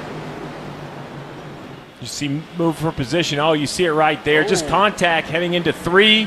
The 51 goes to the bottom, so contact sends the 5 of Zach Novak up and inside, into the outside wall. The Championship 4 are not happy to see that. It was a clean start up front, as you mentioned, and all 4 of them had looked to be about single file at this point, looking to click off some laps. What's that do for a competitor? All the adrenaline, it just finally gets out with the green flag, and now it all comes back down. Well, you have to be expecting it. This race, you mentioned it the first time at this layout of Phoenix. The dog leg is quite fascinating to watch, but really I think it's that entrance to turn 3. That back straightaway is pretty narrow. Turns 3 and 4 are kind of wide, and you see some dive bombs just like that right there. If you can get to somebody's inside, you can kind of outbrake them, run them up on exit, and complete the pass. Well, that was a pretty big incident as well. We talk about relegation. Ray Alfala, the 4-time series champion, involved in that. He's one of the drivers on that relegation bubble who needs a good performance tonight if he doesn't want to go down to the Road to Pro ladder and through the Contender Series in this offseason. Who would have thought in a world where we're talking about the 4-time champ, the defending champ on a cut line, who might not even be guaranteed a spot on the grid for next season? I think it goes to show you how effective this relegation model is in this series. You can't sign a 5-year contract and lock it up, man. You got to perform year after year, and in a critical situation like this, race after race. Well, I love the Road to Pro and the Contender Series that'll be run over the winter. As a team owner, I'm always looking for who the next driver is going to be that moves up and has an opportunity, a great view of the 4 setups here on stage at the Hall of Fame. 17 times these drivers have gone head-to-head, all 4 of them in a race this year, and it's interesting. Steven Wilson dominates the lead with 10 times he's finished in front of the other Championship 3. We'll see if today can be it. Graham Bolan 3 times, and then Bobby Z and Casey Cerwin each twice over the course of the season have best these 4 drivers. When you look at Bobby Zalinski for the recent history here at Phoenix, last time we raced here in 2017, he took home the race win. Now again, big grain of salt, different racetrack at that point, different race car, but he knows a thing or two about these tracks, and I don't think it's any shock that all of our championship competitors right now are running there and inside of the top 5 positions. Pace car going to be off and in. We'll get a restart here with a long way to go from Phoenix. And Bolan as the control car, going to be on the inside of the front row, and it'll be Zalinski to his outside. Cerwin on the outside of row 2. Wilson watches on for the inside of row number 3. It is the 48's field to control as we are back underway on board with Wilson. All the way down to the flat, using that dog leg, as we see on Sundays a lot. And we heard the drivers, Graham Bolan, talk about how important clean air would be. That's what makes the restart so important, getting as much as you can right now. Steven Wilson trying to get every single spot. We have a caution already. Spinner behind, the 25 involved, the 7 as well. So the issues for previous champions is the storyline early in this one. Nick Ottinger won the title back in 2020. He's also a previous Phoenix winner for 2012, but it's not the start that he wanted. And we talk about all of that pent-up nerves and anxiousness for these Championship 4 guys, at least. Of course, everybody else a lot on the line, but you've been waiting and waiting for this race to get underway. As 2 quick yellows, it's kind of hard to get into a rhythm here early. We've done this 18 times this season. No race has started like this. It's already a unique experience and race that was going in. No race has started like this season. Yeah, that's what I was going to say. It's been a relatively clean season. We haven't seen too many caution-filled races. We've seen a few at the end, a lot of overtime finishes, but they've got underway pretty quickly, pretty cleanly. We'll see if this is just nerves or a season full of frustration we're seeing at the back of the field. I think certainly that frustration going to start to boil over for some of those drivers towards the back. And again, if they're below that relegation bubble, they will have the chance to re-qualify into this series for next year and hope to get their shot on that road to $300,000. But a slow start for your leaders early. Kind of hard to gauge as well what kind of a race car you're going to have under race conditions here. We've seen the drivers, as mentioned, on stage practicing all day. And let's see, watch around that 25 car in the middle of the 3 wide here, and just a bit of a squeeze with the 55 down low. And when you're 3-4 wide like that coming through the dog leg, somebody sideways, you're not going to find an opening. And if you're one of the Championship 4, I think this is going to have to kind of weigh on you when you look at pit strategy later. You mentioned if the thing runs green, it's basically a one-stop race. But if we have some yellows broken up, do you think tires are valuable right now with the lack of green flag racing and the lack of clean passes at the back of the field? You would definitely not want to go back in traffic. So live look in at a lot of the people tuning in here at the NASCAR Hall of Fame. The families are in the front row for our championship competitors, cheering them on, along with everybody else here that's joining us. Such a unique experience for even us to just be able to glance over to our right and take a look at what they're doing under the yellow. Now, these drivers aren't as disconnected as you may think. They are on site. They are not in their normal element, but they're still talking on radio with their same spotters, with their crew chiefs. So it is as close to what they are used to as possible, but this time under the yellow is where a lot of that strategizing happens. And I'm sure we'll mention it a few times, but Casey Cerwin, the hometown boy nearby Charlotte, North Carolina, from Matthews, not too far from here, has his own rig, has his home rig set up. Was talking to his dad earlier, helped bring it all up from hometown and label every cord, make sure they didn't forget anything like that. Is that comfort factor factoring in tonight, helping him in the championship? Well, 3 of them are making their first appearance in the championship 4, so they don't really have anything to measure back to. I think it's Bobby Zalinski who definitely has got the big shift, right, because he's done this multiple times, but this being the first time in person for Steven Wilson, Graham Bolan, and Casey Cerwin, their first trip to the championship 4, so as far as they're concerned, this might be what it should feel like every year. Yeah, you got that interesting balance.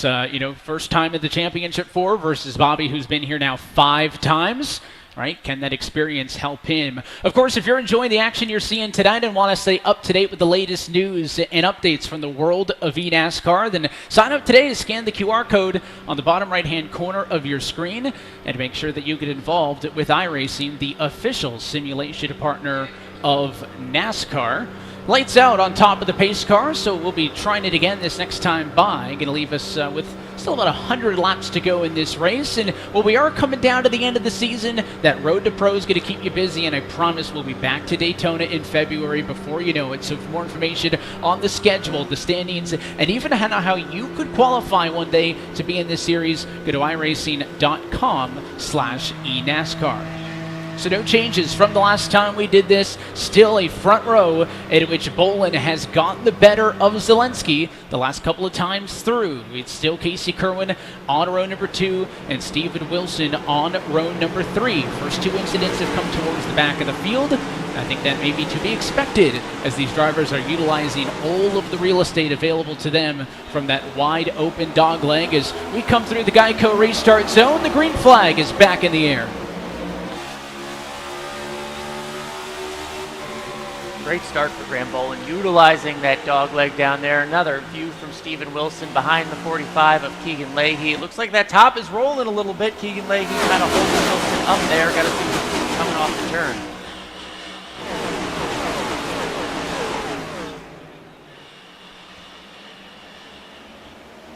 And after not the best to start, Zalinski now right back on. Bolan now looking to the inside. A battle for the race lead. The championship at stake. Zalinski through the inside. Tries to get a nose in front of the 48 car. And he is clear. New race leader, lap number 11. It's Bobby Zalinski to the point. Lap 11, but only the second green flag lap. A nice clean move by the 18, although the 48 of Bolan not giving up. Just looks a little snug off corner exit. You see how much racetrack he's using up versus the 18. He can have much tidier line, a much cleaner bottom. And then, as you mentioned, that 45 of Keegan Leahy, not one of the championship 4, but a powerhouse in the series. I wouldn't be surprised if he could come in and spoil the day and win the race today. The dog leg is popular on restarts. How long will we see it during the race, you feel? You don't see it as often. Normally, you have right here, you see you kind of make a nice wide corner exit. You can use the dog leg, as you see the front 3 continue to do. In real life, it's kind of hard on your equipment. In the virtual world, less damage, really, than in the real world. So maybe a little bit more, we'll see it today. There's a live look in the bottom right of your screen of Bobby Zalinski in his rig. He opted to go for the triple monitor setup here on stage. It is different when you look at all 3 of the driver setups, some with 1, some with 3, some with even 4. Bobby pretty comfortable right now, and as he's leaving Graham a little bit behind him, Graham now dealing with a challenge from Keegan. Surprised everybody was that Keegan Leahy didn't make it into the postseason this year. Of course, the 2021 Series champ. He drives through to second, and now for the first time there's a buffer between our championship leader and its next closest competitor. You can track where those championship 4 are by looking at the top of your screen all night long. Yeah, I mean, shocking. Keegan winless this season. I was expecting a multi-win season after what he did a year ago. This year, his best was a third at Pocono about 5 or 6 races ago.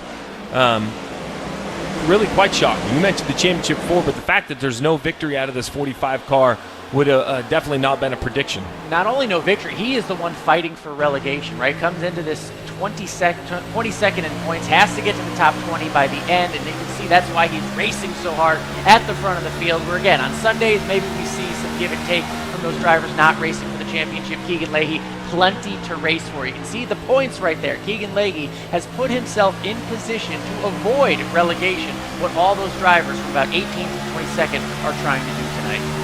We saw Rayo Fallon involved in an accident earlier. He's 22nd, so minus 11. Obviously hindered by the incident he was in. You're on board with Michael Conti here, trying to track down the number 9 of Michael Guest, and now looking to the inside as they fight for what right now is 9th and 10th on track, 3 wide in front of them. So even as we work our way into this run, the dogleg getting some use and getting squeezed out there was Colin Keister. That is that bright orange car directly in front of him. Michael Conti, somebody else, a past champ who just missed out. He was the first driver on the outside after he finished 5th in that round of 10. Of course, only the top 4 made it to tonight. That was a squeeze move, an impressive move by the 9 of Michael Guest, a squeeze down in front of Conti. I didn't think there was space. He moved to the left with some confidence. We'll see if he takes the bottom again or if he'll stay in the top line. He will stay in the top line, and Conti will roll to his inside. Of course, you can also identify those playoff drivers by those red banners on the cars. Keep track of them all night. And as we watch this battle between Casey Kerwin and Steven Wilson, Camille is still hanging out with us from Countdown to Green, and she has caught up with some of the family here at the NASCAR Hall of Fame. All right, yes, I have caught up with the family here. I'm here with the Steven Wilson family. Wilson family, make some noise.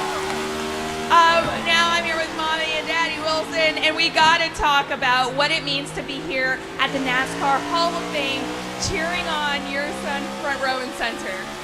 It's pretty amazing, actually. We're very proud of him. We've got most of the family here. Ashley's at home, rooting him on. But we're super proud of what he's made of this hobby that he's had. So, very proud. It's what he's always wanted to do. He started this at a young age, and this is what he loves doing. So we're glad to be here. No matter what, we're going to be here and watching. So I love that you're so supportive. You know, he's been throughout the series very consistent, and I think that has to come with all the support that he has as well. One of them, speaking, and now no camera, if you could catch Gigi at the corner there in her lucky shoes, also supporting Steven Wilson and supplied the green pig. What's the story behind this? that was a trophy she made for him on one of his wins that he's got at home for him. So he's looking at it all the time, bringing it with him for luck. Oh, can we get an aw? That is so sweet. That is so sweet. Now, I've heard a little rumor that Steven Wilson loves to jam out to Taylor Swift while racing. Can you confirm or deny? Yes, that is his favorite. We don't know what song, though. All right. We confirm that. Yeah. All right. Confirming T-Swift is what's helping Wilson stay consistent throughout the series. Back to you, Evan. Well, it had to have worked. He's a four-time race winner this year. That is the most out of anybody in the eNASCAR Coca-Cola iRacing Series, but with a couple of steps to go tonight as he sits in P6, challenging his Championship 4 rival, Casey Kerwin.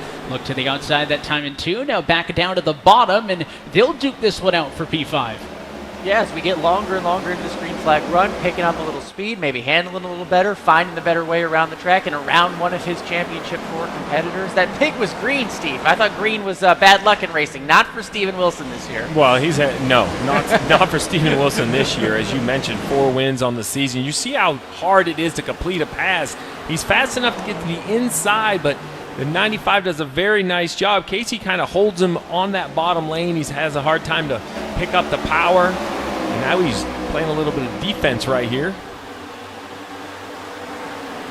Plenty more going on throughout the field. You got the battle for 13th position on the back. A couple of different teams in the midst of this one. Garrett Lowe, Parker Retzlaff. Retzlaff, somebody else from this series, guys, who has ample real-world experience. We're seeing that more and more than we ever did previously as we go on board with his 88.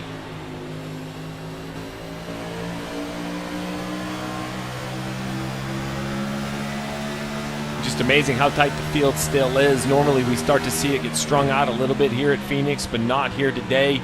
Too wide, multiple rows. You see the patience going back to the throttle. If you get back a little too early, you kind of lose the nose. Gets a little tight in the center. It took a while to get under green, but now once we've had it, it's been clean ever since. Things have calmed down a little bit, especially back there, but racing each one of these position counting. As we remember, the team standing still is going strong. There's a lot of pride and money on the line to win the team standing. Stuart Haas Racing eligible for that. Jim Beaver Esports eligible for that. And XSET, represented by Casey Cerwin tonight, all still running for that team championship, which brings money and a whole lot of pride. Yeah, it could be a big night for XSET. They could have a driver and a team championship. Trying to go for the double, that would really be the accomplishment. You can see single file things out a little bit. It's the midfield where you got that action, but the biggest gap for position is the difference between 1 and 2. Zalinski's got a bit of a hearty margin up there as we take a look at our Coca-Cola onboard camera with the number 3 machine of Corey Vincent. He sits back in P28, and you can see all of that traffic up the road from him down on the yellow line in 1 and 2.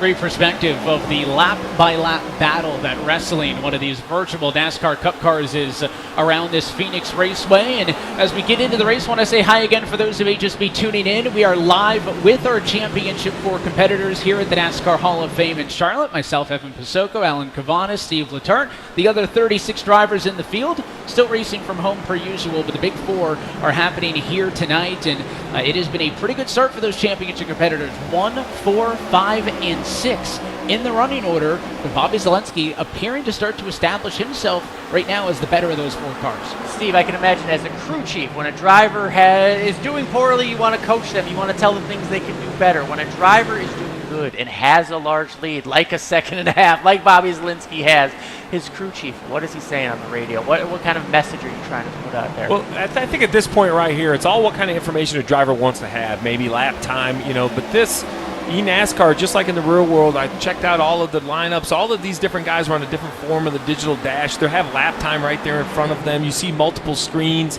I would imagine it's mostly spotter to driver at the moment, maybe a little communication if someone is finding some speed, moving around higher or lower. But at this point, I think it's all just nice and calm. Let the guy settle in. 33 laps is still a relatively short run here at Phoenix. Kind of let us settle in, figure out what his car is doing. You have to have at least one pit stop. Do you need to make some adjustments? And that may be the critical point in this race once we get there. Again, single file through the top 10 to 15. Again, as mentioned earlier, this is not only the first time the championship has been held here at Phoenix, first time on this version of the Phoenix Raceway. And if you're a fan of more than just asphalt racing, you can learn more about the brand new World of Outlaws dirt racing video game, which is available now. If you go to worldofoutlaws.game.com, that's available for all your favorite consoles, Xbox One, Xbox Series X and S, as well as PS4 and PS5. I'm not as fast as these guys on iRacing, so maybe I'll give that for a spin. Probably not going to be any better, but I have heard it is an incredibly fun game to play. It is. I can attest to that as a rookie in that series on the dirt. And I also took my shot at on a rig here in the motion hall. rig yeah, earlier. The motion rig early. I'm looking at the lap times right now. Bobby Zalinski running, 28.5 after 28 seconds. after 36 laps. I barely broke the 30-second mark and thought I was doing a good job. So we can see who the professionals are tonight. Yeah, I've tried both games. I'm not fast in either. I'm hoping there's going to be a third game. Right. Third time's the charm. That's something. what they say, right? We'll see if something helps.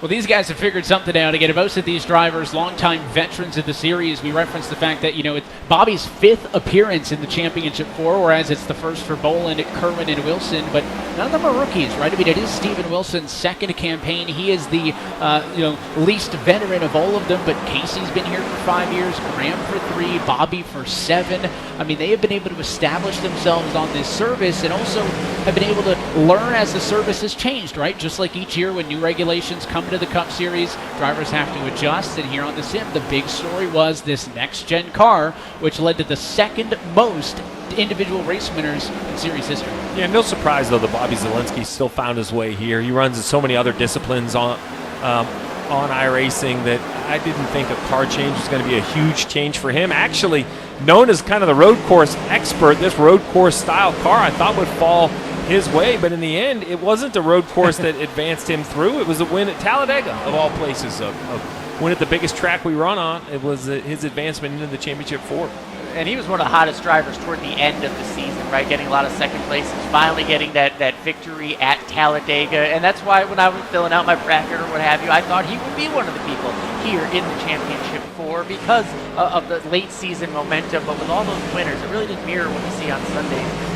In the NASCAR Cup Series, so many different winners, 19 in that series. We saw a lot of that here this season in the Coke Series here. We talked a lot about the series veterans. How about Logan Clampett, who is making his announced final career start here this afternoon? It is his 7th season for the driver at Concord, North Carolina, driving for William Byron Esports. That is it for him back home now in California, and this will be his last start, hanging up the virtual steering wheel after tonight. And he's not the only one, Steve. There's a lot of drivers who have been in this. I mean, think how much this series has changed in 7 years. He's not the only one. Blake Reynolds also at a Cypress, Texas, at a number 15 machine for General Tire, and Jim Beaver Esports also making his final start. Well, the time commitment to be successful, I mean, it takes a tremendous amount of time to work your way into this series. But then if you are fortunate enough to get here and finish in the top 20, you're invited back to race again next year. But the amount of hours, the amount of laps, the amount of setup development they put in is really, really impressive. And I think that's what you're seeing, some guys that are just ready to do something else with their time. That is quite an outfit to go with the paint scheme for Liam. He's ready for the end of the year. Yeah. That looks like he's got his vacation outfit. He's got the shades on, and he is ready to go. He's also somebody else making his final start here tonight. The next level race, number 2 machine, the rookie, one and done, was able to make it to the top level of the eNASCAR ladder. That is not something that many people of the tens of thousands and hundreds of thousands of people on the iRacing service. It is a very exclusive club to have been able to do it. So congratulations to those 3 drivers on not only making it to this level, but congratulations to them on what's to come next. And that'll be my biggest takeaway of the season once we crown a champion is just learning about these drivers, learning about how much it takes, the ladder they have to climb, the hours that Steve was mentioning, the laps you have to put in. Talking to our Championship 4, I mean, 1,500 plus laps just at Phoenix for practicing. That's just for this one championship race, not to mention the other 18 races they've already put in, all the hours and time they've had to put in just to get to this level, to this moment. It really is a testament to how much work it takes. Yeah, we're on board and watching Casey Cerwin in his action right here. Takes his hand off the wheel, tries to stay relaxed, keep those hands from cramping up, working very hard to find a way past Graham Bolan in this 48. He seems to be a little quicker through the middle of the corner and even a little better at this end of the racetrack. You see he kind of closes up to maybe just 1 car length, but down in 3 and 4 here, it looks like the 48 matches his speed, may even be a little bit better the last couple times through. And once again, you see the 48 back to the gas a little sooner, kind of finds a little bit of an advantage. So that's Phoenix in a nutshell, right? Better at one end than your competitor, you give some up at the other. You just continue to work. These passes happen a few inches at a time, maybe a few feet at a time. So you see the 95 a little bit lower line, 48 a little bit more of a diamond.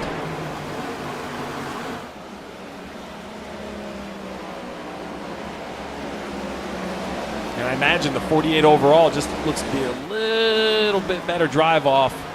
That exit of turn 4 looks like there's a lot of grip. It looks like a nice wide exit, but it's so easy to spin the tires all the way off the start-finish line. Yeah, it was a point of conversation as well, right? The weather in the sim and how that's going to affect the track temperature, the handling of these race cars. And look out, 3 wide down the road, their 20th position, and it's the 31 car of Garrett May in center of all of that. He had some company in the mix there, Jimmy Mullis, but they're going to be able to shake that one out to a 2 wide battle. All of this is some half a racetrack seemingly behind your race leaders. There's the split shot, the battle for 4th on the left, and the battle for 20th on the right-hand side of your screen as we inch closer and closer to halfway in this Phoenix finale. And remember that fuel window, 50 to lap 58. We had some cautions earlier in the race. Maybe that moves it just a little bit. We have to be thinking about pit stops, potential adjustments coming up here, because if this goes green the rest of the way, it'll be a one-stop race. As we go back to that battle farther back in the field, I noticed that at 25 of Nick Ottinger has made his way back up to 18th. He was in one of the earlier wrecks, so for a track that is known to be pretty difficult to sometimes work through traffic, Nick doing a nice job recovering inside the top 20. I think Garrett Main's in the 31s back there battling as well. More drivers back there who have had a pretty good night. Ryan Luza and Derek Bordeaux both up 20 positions from where they started on the grid to find themselves in the midfield, so maybe taking advantage of some of the drivers wrecking out in those other incidents, but also good pace now getting this green flag run underneath us. Yeah, from the start of the race, you have Michael Conti, Michael Guest both up 15, Mitchell DeYoung up 18. So some drivers finding a way to work their way through the field. And Ryan Luza plus 20. Again, one of those drivers came into this race 18th in points. You have to remain in the top 20 if you want to stay in this series for next season. Avoid relegation, 20 spots about halfway through this race. You can see the points there.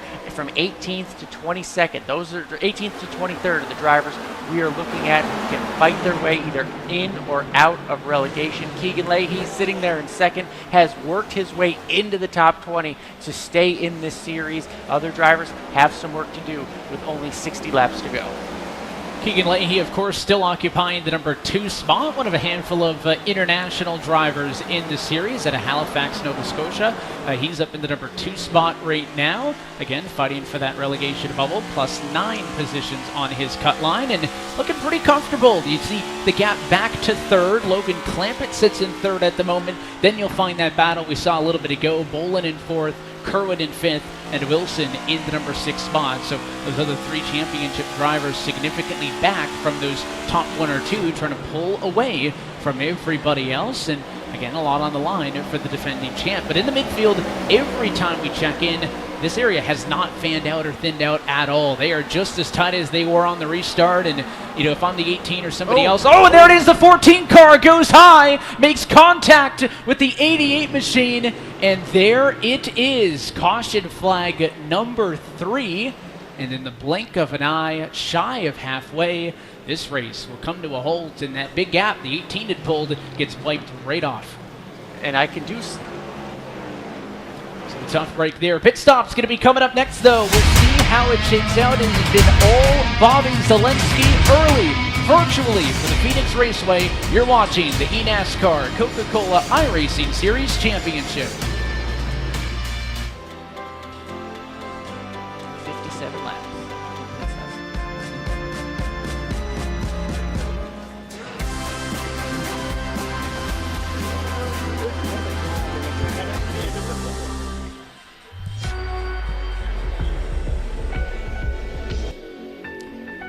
This is an issue.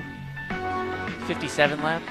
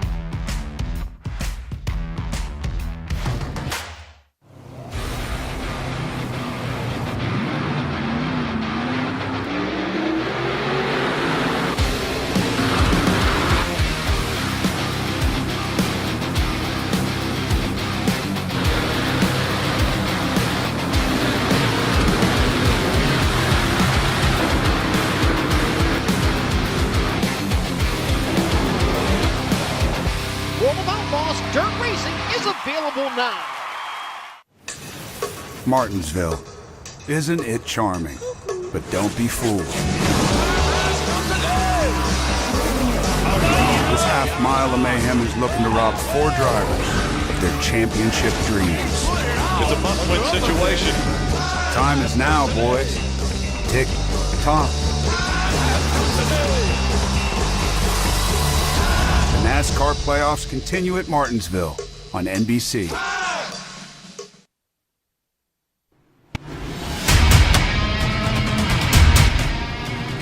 And back live from iRacing's virtual Phoenix Raceway. Coverage of tonight's race is brought to you by Coca-Cola, the official fan refreshment of eNASCAR. By Asus, the official PC and monitor of eNASCAR. By Logitech. Through design, engineering, and a love of driving games, Logitech G takes racing simulation to another level. Logitech G, the official wheel and pedals of the eNASCAR Coca-Cola iRacing Series. And by the NASCAR Hall of Fame. Visit the NASCAR Hall of Fame in Charlotte, North Carolina, and see how Petty and Earnhardt and hundreds of other NASCAR legends became heroes. From those icons who established the sport to the new heroes fighting for a spot in the record books, there's always something exciting to see at the NASCAR Hall of Fame. To explore more and book your visit to the Hall today, go to NASCARHall.com for more information. So a consequential cycle of yellow flag pit stops. It is now Keegan Leahy leading this race, but in terms of the championship, guys, Steven Wilson up to second, Bobby Zalinski a slow 15.1 second stop. That was the slowest out of anybody in the top 25. He falls to P4. Yeah, right behind him, the other two of the championship 4, Graham Bolan and Casey Cerwin, 5th and 6th. So still have all 4 in the front 3 rows, but every row back, it's a little more uncomfortable on these starts as they fan out down that front stretch. You got to kind of reorganize to get into turn 1. That's the big concern for the 95 and the 48 back in that 3rd row. 55 down and 55 to go. Green flag back in the air for Keegan Leahy as we race to the end at Phoenix. And we have to think this is... Oh, and it's the 4-car contact with Mullis, and now several others are going to stack them up in turn number 1. Ottinger gets more of it. I think that's Retzlaff in there as well. And deja vu back to when we dropped the green flag earlier, guys. It is that midfield. They fanned it out through the dogleg, and they just couldn't tighten it up when they got down to 1 and 2. There's very little banking at that end of the racetrack, and a couple of drivers pushed up, and it collected a handful of them. It is yellow flag number 4. Yeah, it's flat down in 1 and 2, but the other big issue is the outside lane works pretty well. So when you kind of dive underneath the guy, you just can't slide up, because if you don't overdrive the second groove, you can kind of roll that second groove pretty well. You start to see some contact, but that's the concern of the championship 4 as you get farther back in the pack. Let's take a look exactly what happened. You mentioned it.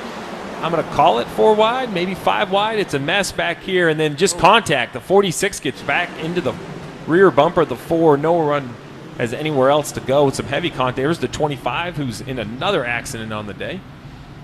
You always seem to get the incidents like that when there's staggering going on, right? If somebody's directly next to you, you know they're there, you can see that positioning. It's when you're kind of staggered at someone's quarter panel, they're at yours, you really don't know what lane they're going to admit to going into the corner is where you find issues like that. And again, another incident towards the rear. It doesn't affect anybody in that championship 4, but a spot gained quickly on the restart there for Bobby Zalinski. He jumps up now into 3rd position, so that's a quick spot gained. It means that he'll line up behind the 45 Machine Leahy when this thing restarts, so maybe an opportunity and an opening for the 18 to get back in control. Yeah, and that's what we have to think about, right? This is the best track position we've seen all night for Steven Wilson. Maybe the worst, even though it's only 3rd place, that we've seen for Bobby Zalinski. What can they do with it at the front of the field in their current position? Meanwhile, Keegan Leahy, again, still plenty to race for. He has everything to race for, to race these guys hard. What can they do with it on this restart? It seemed to be so important when clean air seems to be of a premium. Certainly is. You can see as well as some of those other battles carry on through the field. We'll be talking relegation throughout this one, but the focus continues to be on this championship 4. Well, special guest joining us now at the broadcast desk. It is the trophy that bears his name, and as we mentioned earlier, he was the first ever person to win in this series. Dale Earnhardt Jr. is joining us up top. Thanks for joining us, and a pleasure to have you here. Yeah, man, what a great thing we got going on here. This is pretty amazing. Just talking about talking to somebody over there on the sides about how me and my brother used to argue over the phone bill when we was dialing up Massachusetts on iRacing or on Papyrus way back in the day, and never thought we'd be sitting here doing something like this, watching these guys go for $100,000. Yeah, I mean, that was going to be my question. You talked when you and I worked together, first started working together, you were such a proponent on sim racing. Yeah. Did you ever imagine you would see the Hall of Fame filled with sim fans watching 4 guys on their rigs on a stage race for $100,000? I remember talking to people in our industry, going, we really need to start to look into this. This could be an asset to us, and we need to figure out how to have a connection here and dial into the fan base of sim racing and the drivers and all the people that appreciate it. This is a great demographic, right? And a great way for us to connect. So, and now there's this massive embrace from the industry. There's tracks owners using iRacing to sort of build the virtual idea of what they want in reality, and I just never imagined it would be the tool that it is today, not only for drivers, but for the entire industry, NASCAR as a whole. I mean, with the design of the Chicago street course and all those things, ability to do that through iRacing, to understand the issues you're going to come across and be able to save millions of dollars is a crazy thing that I thought we'd never experience. I saw you talk to each of the 4 competitors up here. Yeah. Tell me about their mindset. Their families are here. It's live. There's lights. They can hear us talking about them right now. What is their mindset as a competitor right now? They've been doing this a long time. These guys are pros, and they have experienced about everything you could in sim racing. So there's nothing that's going to happen in this race that they're not ready for. And I think that, obviously being here in front of a crowd, being in this space is a little unique, a little different. But once they're sort of in the zone, if you will, they put the headset on and they run some laps and they get the rig ready, and they're in the zone. They have been here before and they've done this. I got no doubt that these guys, look at them. They're all up toward the front. They're all qualifying toward the front. Nothing really has phased them in a sense or taken any pace away. We'll let you hang out a little bit while this race gets back underway, just inside of 50 laps to go. And up front, the battle going to be between Wilson and Zalinski. Wilson is able to hang on, and now here comes the 48 of Graham Bolan making some noise. He'll go to the inside of the 18 machine. That battle's going to be for third, 3 wide, even further behind. Yeah, 3 wide, further behind. Up front, I did think that restart was the best for Bobby Zalinski. He was able to roll the top, at least stay in touch with Wilson and Bolan. Now with under 50 to go, you can't let those guys kind of get away. Oh, no, we have another accident. It looks like contact, the 23 in the inside wall. No caution out at this point. Green flag going to stay in the air. That was DeYoung who got into the fence on the back straightaway, never spun the car around, so the racetrack will be clear for your race leaders to come on through. So this race will stay green. And look at the 48 car contact as Bolan and Wilson make contact in the battle for second and third. They are still door to door. Now more contact between 2 of your championship competitors, and now all 4 of them on top of each other out of 4. The intensity's picking up right here. Casey right through the middle, 3 wide. We're almost 4 wide down the front straightaway. Oh my. And they are now, for a moment, 4 wide with your championship hopefuls right now. Bolan has a nose in front. Cerwin trying to get to the outside, can't do it. It'll be sealed off by the 48 car. And listen, these guys have been playing nice all day today on stage. That was not a nice battle between those 4. They're on it. Well, they know the pressure's here. Under 50 to go. Clean air is going to be king. They want to get out there. We know Keegan Leahy has the lead, but this is the battle for second and what would be a championship. They're going to work quickly by Leahy, I believe, if they can get to his rear bumpers. You see the 18 right on the rear bumper, the 95 in front. Now we're on board with Bolan. He's going to be looking for the lead. His patience will be a little bit shorter than it would be, I think, in a normal race, and this is why. Casey Curran off his right rear quarter panel looking for a crossover. He's going to go low here down the front straightaway to the inside of the 48 of Graham. Looks back, tucks back in line into turn 1. So Graham can't really get on the offense here. He has to be a little bit defensive. He's going to the top of the racetrack to keep the momentum up on corner exit. You see Conti kind of mixing it up here in the top 5. It's a difficult position for these guys that are not playoff drivers, not here for the championship tonight. But they have fast cars, the ability to get up there and mix it up and try to win this race. And I think that's really the position Keegan Leahy's in, is he's going to lead when he can. Now, I believe if it gets contested side by side, he's going to take minimal risk to affect the other 4. But until the 48 can kind of get in that position, it allows that 45 to run his own lane, running a clean race. Keegan looking for that preservation, trying to stay in the series, but I look at that 48, the 95, the 18, the 10. That's for $100,000 on the line with 43 to go. That's why it's getting so crazy right now. Well, and you see the 10 now has been passed by the 8 of Conti. That moves him back. Now he's not only the weakest of the 4 championship contenders, but now has a car in between them. As we're side by side for second, Zalinski's going to be looking which lane to follow. Casey now putting the pressure on. Looking really good over the last several laps since the restart.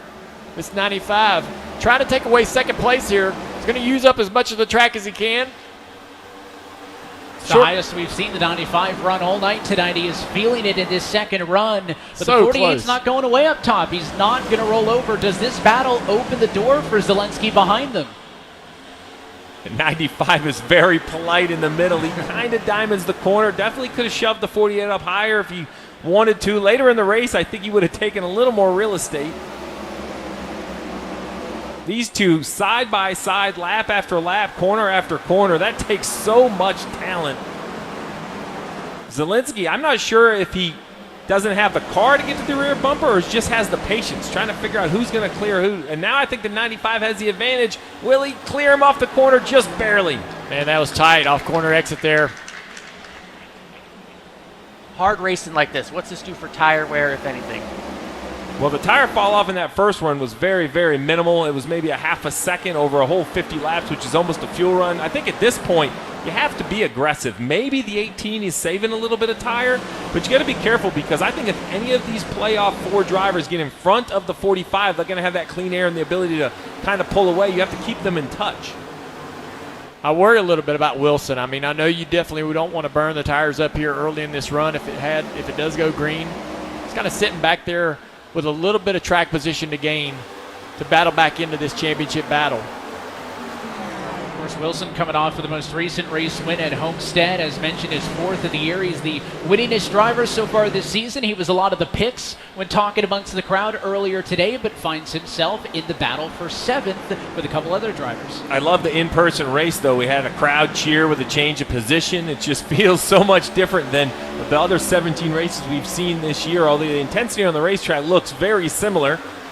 The only real change, I think, is that the 10 of Steven Wilson is the 4th of the 4. When you look at the numbers from the year, you know, he had the best record of the championship 4, but this just proves you have to get to this race and then you have to show up and perform, although with 37 to go, far from out of it. The front 3, though, you could throw a blanket on.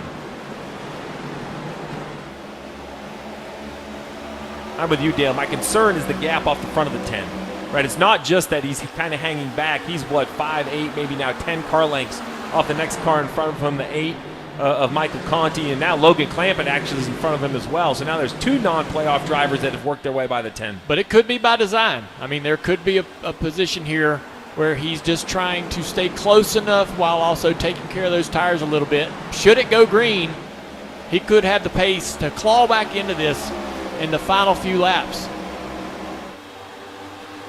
And if that's the case, then his best friend will be the 45 of Keegan Leahy, perhaps holding up the other playoff contenders. And it sounds like when they came down pit road, guys, under that yellow, there was a lot of talk about tire where Steven Wilson went with 2. So he's a bit on the back foot here. A lot of drivers said you could probably stretch 2 if he didn't have complete wear. But looking at their pit stop times, he was in the 10-second bracket, so that's only enough time on the sim to go for 2. Everybody else in the 4-tire bracket, maybe that's the difference at this point. Yeah, that definitely only increases my concern about falling back a little bit. The 2 tires maybe giving up. Left rear tire, maybe that left rear drive off the corner, sliding a little bit. The 48, though, runs really nice right around the yellow line down here in 1 and 2. They're staying so close together in terms of the distance between themselves as the 18 of Bobby Zalinski goes deep here into turn 3, trying to get past Graham Bolan in the 48. But no separation between this group. No, but I think it's time. You know, we're inside 40 to go now, 33 to go this time by. I think the 18 knows that 3rd place, it's going to take him 4 or 5, maybe 6 laps to complete this pass if he is able to. So he needs to kind of get that out of the way. You want to try to move up as soon as you can. And you see how hard it is to pass. You can get position, but that outside lane just runs so good around the middle. And there are less than 35 laps to go at Phoenix with this championship on the line. This is the battle for second in the title fight. Zalinski underneath Bolan. Remember, it was Zalinski who had pulled out that huge advantage before the yellow at halfway. Mixed things up here and pushing the 48 car a little bit high. He knows he's starting to run out of time, and man, Casey's right there. Michael Conti running like the 2005 Michael Waltrip line at Phoenix. I remember a race that the absolute third groove was the place to be. 48 with a little slip there in the middle of the corner, gave up a little time. Zalinski, half a car length down the front straightaway, shortcuts the front straightaway, barrels it off into turn one. He's got a little bit of a position here to be able to use up a little bit more racetrack. Going to take that position over for third. Yeah, and I think Michael Conti helped him. It kind of forced the 48 not to be able to turn left and kind of go for the crossover. So now, just like in the beginning where we saw Zalinski have the lead, he kind of drove away on older tires like he had the best long-run car. Now here, longer into this run, 26 laps into this green flag run, and the 18 has worked his way up into third place, but second of the championship 4. Dale, put myself in the mindset of the 95. First place means nothing to me right now. Am I looking out the back window or the front window if you're the 95? Yeah, I think that you just want to be the first of the playoff drivers, the first of the contenders for the championship. You want to control the pace. Run the pace that you want. Don't be pushed to run too hard, burn the tires off. If the 18 gets there and starts to put the pressure on, we're really going to see what these guys are willing to do, whether they hold that position or not.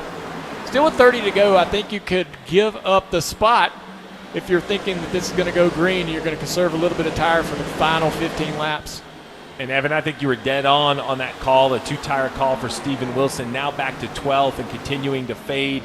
Just doesn't look like he has the grip in that 10 car. So at the moment, he's going to need what I think would be a yellow or something big to happen at the front. And as Bobby Zalinski goes on the offensive late at Phoenix, let's check in again with Camille. And now at the front row here in the NASCAR Hall of Fame, it is a family affair. I'm here with Casey Cerwin's dad. Hello, how are you doing? We're doing good. It's over with. You gotta love that sentiment. Maybe nerves are kicking in just a little? Just a little. Just a little. Now, you're seeing that Casey right now is leading the championship 4. What does it mean for you as a dad to see all of his hard work finally come off and pay off? He's really been working at this really hard over the last few years, so it's really cool to see him have a really good season. So when there's about 5 to go, I'll probably completely freak, but that's okay. All right.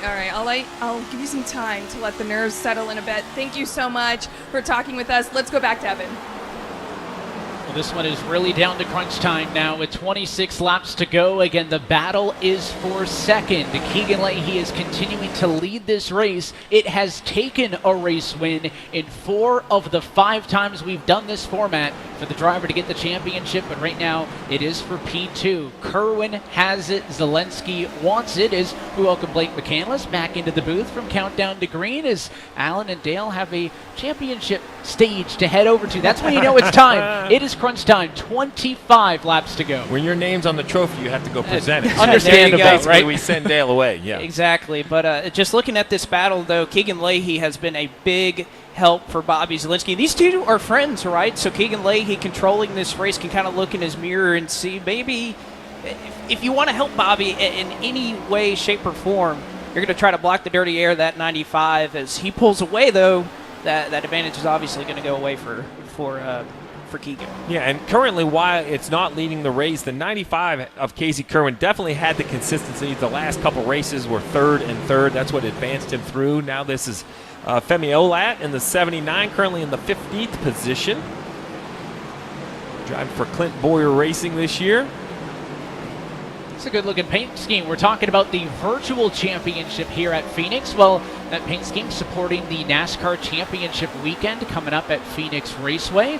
Just a week and change away, so make sure if you're in the Phoenix area, you go and check that one out. I've been able to go to the last 2. Fantastic race weekend for a race fan and a hot-looking ride on the 79. Well, it's so great having it at Phoenix. Miami for years was a great host city. But much like Miami, Phoenix, it reminds you of that big event town. Super Bowls, NASCAR championships. You know, the biggest things happen in some of these cities. Phoenix is a great host. The track, as you can see right here, puts on great racing. So as you mentioned, we have to set our real world championship for this Sunday at Martinsville, and then we'll be heading out west about a week and a half from now to crown a champion at Phoenix. Graham Bolan is under fire right now. This is the battle for 4th position, but Michael Conti, who remember was the first driver eliminated from the round of 10, putting the bumper and the pressure to the 48 machine. So Conti wants 4th, and the 48 car is going to get his hands full with this as the number 95 and 18 pull away ahead of him. Well, and still there's a lot of prize money on the line for these guys. You talk about Conti was eliminated, but there is still a fair amount of money for these drivers to fight for 5th on back, and these drivers that are locked into the playoffs that don't have to worry about whether they're going to be back in this series or not. So Conti still has a job in front of him, and even Logan Clampett on the high side. This is his last NASCAR race. He wants to go out with a good finish. If Conti could finish 5th, that would be $7,500 in prize money. That's about what he got when he won the championship back in 2014. It's changed a little bit. How far things have come to this point, and I think that shot off to the back of the 48 gives you a good perspective of just how hounded Graham Bolan is right now. They're stacking up behind him. Well, because you see the gap in front of him, right? I really believe it's not the 97 and 8 pushing forward as much as it is the 48 falling back. Now 20 car lengths probably off the rear bumper of the 18. And you see the 18, he has not given Casey Curran any sort of breathing room. Under 20 to go. We haven't seen an absolute charge out of the 18, but he has continued to fill the mirror, forcing the 95 to run very clean laps. You just wonder who has saved what for tires, as now the fall off well over a second from what they can run on new tires. We talked about nerves, right? We talked about the experience. Not only has Bobby Zalinski made the playoffs 6 times, but it's his 5th appearance in the Final Four. This is Casey's first playoffs in his 5-year series history, let alone his first championship 4 appearance. This is the moment that it matters. Bobby Zalinski trying to close in on the 95. Seems at this point that it is a 2-horse race for this championship, second on the racetrack. Well, and you start to look at for Casey Kerwin, how much did that battle with Graham Bolan take out of his tires? We've seen the effect it's had on Graham Bolan. He's falling well out of the picture. For Casey Kerwin, who again still has a little bit of dirty air to deal with off the nose of Keegan Leahy, does he have enough? Has he saved enough? And Zalinski, who was a part of that battle, but just let Kerwin and Bolan kind of battle it out. How much does he have left? I think it says a lot that he's still a part of the picture. The fact that he can creep forward a little bit, I think, says a lot about the long-run pace in this number 18 car. Well, we're on board right now with the 27-year-old out of Fresno, California, Bobby Zalinski, the 5th time he has made it to the championship for his best finish, 2nd in 2020. Run down a little bit younger driver, but still very experienced, the 23-year-old Casey Kerwin, just off there, that red rear bumper you see. You mentioned it, first appearance, and then on the left you see both drivers working here on stage at the Hall of Fame. By the way, their rigs are facing each other. They're back-to-back. Head-to-head, and for what it's worth, Bobby is team barefoot. Yes. And Casey is team socks. That's a hot debate amongst the sim racers as well. I was joking earlier, it felt like we jumped on a plane in economy class because everyone got comfortable, tossed their shoes off. That is a big sim racing topic, that as well as the different monitor setups, the wheel that Bobby uses. We talk about this a lot on the road races. He's got that formula style open wheel setup as opposed to the stock car one. So there's all those different elements, gloves, no gloves, to make these drivers as comfortable as possible. Yeah, I'm actually quite shocked that Bobby can find the success with that small of a wheel, right? Because at some of the short tracks you go to, when we see down in mid-corner, we'll see exactly how quick he has the steering set. So you see, just not a lot of turn. I think that's why that small wheel could work. Not even close to 90 degrees versus you go to a place like Martinsville, he must have to run really quick steering to let that wheel work. Although now it seems like under 15 to go, the 18 has turned the pressure up. He's down within a car length of the 95. He's going to try to get a run here off corner exit. And I tell you what, Bobby Zalinski of our championship 4, he was probably the most hesitant out of the drivers that I talked to that wanted this to be in person, because you're battling for a championship. He thinks, I want to be at home. I want to be where I'm comfortable. He was probably the biggest proponent of, I'm not as much of a fan of this. Yeah. And yet here he is chasing down Casey Kerwin for all the money. Well, after the last 2 laps, Bobby Zalinski a half a tenth quicker than Kerwin 2 laps in a row. Casey trying to hold him off. You can see where one's better than the other. The 95, good drive off turn 4. It looks like the 18 really has some good entry speed and can roll the middle. The question is, can he get the power down? We go a little bit further back. The 48 now under attack back in 13th for Grand Bolan. And in contact with the 48 and the 43, and a great save by the 43. Those are teammates getting into each other, but they're going to hang on and be all right. And Bolan is struggling big time as he now finds himself in 14th. Wilson, we talked about the two-tire call, down in 21st position after these four had ran up front together all night long. On the precipice of 10 laps to go, it is Cerwin and Zalinski wanted to duke it out between the two of them. Yeah, kind of counter move. The 18 had made a run up to the 95's bumper, but then Casey Cerwin found a little bit of grip here, closing in. 10 to go this time by for the championship. The 18th race of the season comes down to 10 laps at Phoenix. As it stands now, Cerwin is second on track, but that is all that matters. You simply need to beat the other three drivers in the Championship 4 to crown yourself the eNASCAR Coca-Cola iRacing Series champion. And well, Casey's got it. There's a look off of the back of him to the gap. His dad in attendance here at the NASCAR Hall of Fame in Charlotte, watching on as the clock ticks down. Less than 10 laps to go at Phoenix, and the gap that Cerwin had maybe 15, 20 laps ago is back. Yeah, well, and they were so excited. They were eating dinner just a little bit earlier, which, by the way, Cerwin went to the same restaurant that he eats before every Coke Series race. And that, that's one thing about being here in the Charlotte area. He's from Matthews, North Carolina, that it's comfortable. You didn't have to fly. You didn't have to stay in a hotel for 3 days. He got to sleep in his own bed. He was able to be here and comfortable, and it's cool to see those two sharing that moment pre-race. And obviously, Dad's pretty happy now, or at least 8 laps away from being so. What can the 18 machine of Zalinski find? Look how far your top 3 are from everybody else in the field. You have to look 5 seconds back to find Logan Clampett's number 97 car scored in 4th position. So it is quite a clinic that we are seeing out of Leahy, Cerwin, and Zalinski. With the last couple of laps consecutively, Cerwin better by about 500ths each time around. It's growing at this point. Yeah, and I think Keegan Leahy, if he wins this race, is going to have to ask himself what could have been of this season, right? Winning the final race of the year, but it wasn't meant to be for the driver of 2311. His best finish of the year leading into this race was 3rd. While he'll be excited to win the finale, he'll wish he would be one of those championship 4, because a champion's going to be crowned either the 95 or the 18 in its current running position, unless we see a yellow. Closing in, 6 laps to go now. What a year it's been as well for Team XSET. They're in the battle for the team championship. Both of their drivers have been to victory lane this year, with Casey Cerwin and Ryan Luza, and now potentially no more than 6 laps away from a title. It's a redemption night for Keegan Leahy, the 2021 champ, unable to defend his crown this season. What a great statement it would be for the 45 to end this year on such a high note. It really would be, and it's good for him. Again, he was one of those drivers that's on the cut line of whether he could even be in this series next year. He'd have to fight his way through the offseason, but a statement win, as you said, and again, not bad to win 2 straight finale races, I would say. Regardless of how many races you've run, how many races you've won, they have to be feeling the nerves now as they close in on 4 to go. Casey Cerwin in his 5th season in the series, his first time making it to the championship 4, just 4 miles away from a championship. Won at Pocono earlier this year to guarantee himself into this position.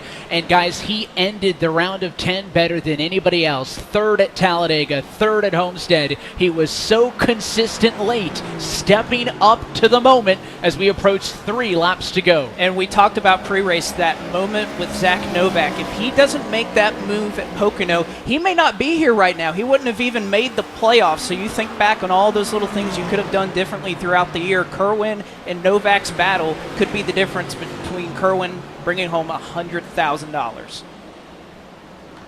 Keegan looking in good position to continue to hold on to the race lead. There's no traffic in front of them, which I know can always be a big concern. Again, you see the huge gap back to 4th position on back, but up front now, 2 laps to go from Phoenix. Cerwin still holding on to the top spot in the title fight. And this is the moment where the in-person all becomes real. You see the nerves on the family. You see the nerves on the driver on stage. A crowd here at the Hall of Fame.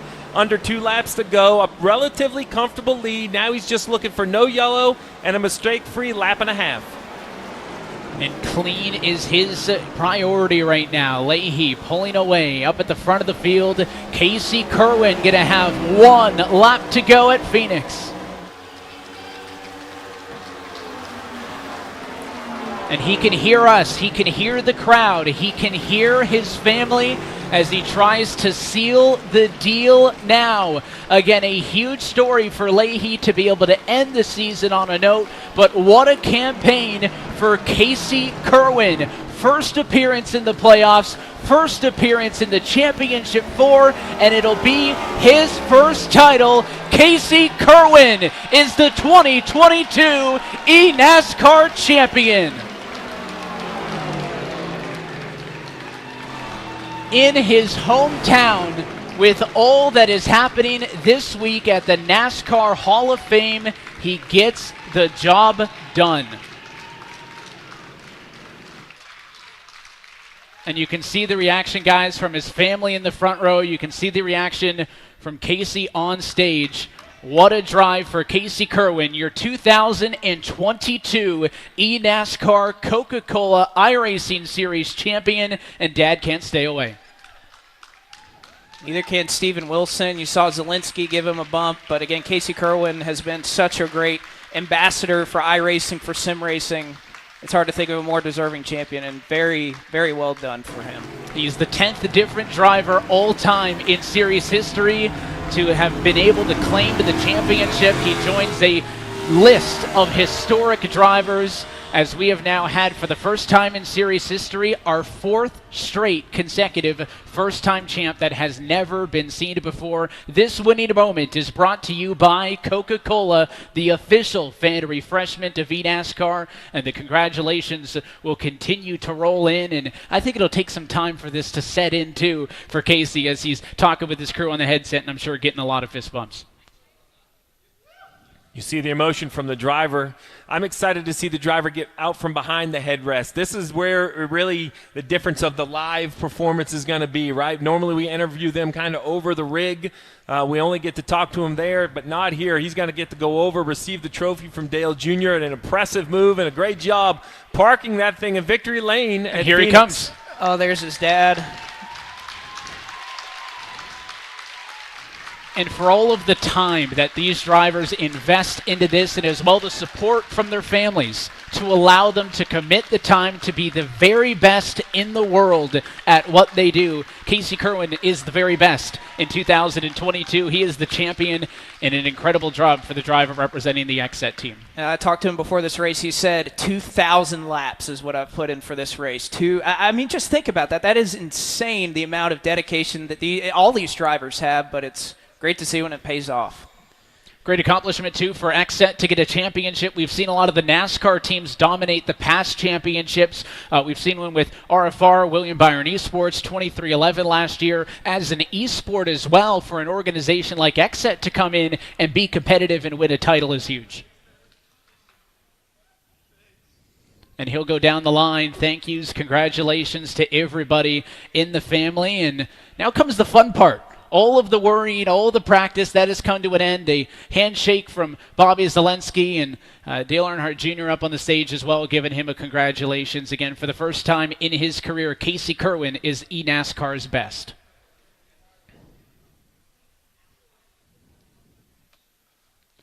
We talk about how competitive, right, this series has been. For the first time in series history, we have had 6 different champions over the course of the last 6 years. Now, a lot of that's Ray Alfala's fault. He kind of started to rack them up early on. But 6 different champions over the course of the last 6 years. Definitively, this series has never been more competitive. Never been more competitive, and really we couldn't be any more fortunate to have the championship 4 than we had. They all qualified up front. They ran up front. I know in the end the running order might not show exactly what kind of race we had. I know the 10 fell off a little bit on those 2 tires, but I love the call, the gamble to try to get track position. The 48 as well, it kind of went away, but in the end they were all up there. They forced a great one. It didn't take a win, but I think it only didn't take a win because some track position changed at the pit stop. I think if you put any of these playoff drivers out front, they were going to win the race. And in the end, you got to be excited for Casey Curran. Heartbroken a little for Bobby Zalinski. Been here so many times, it's so close.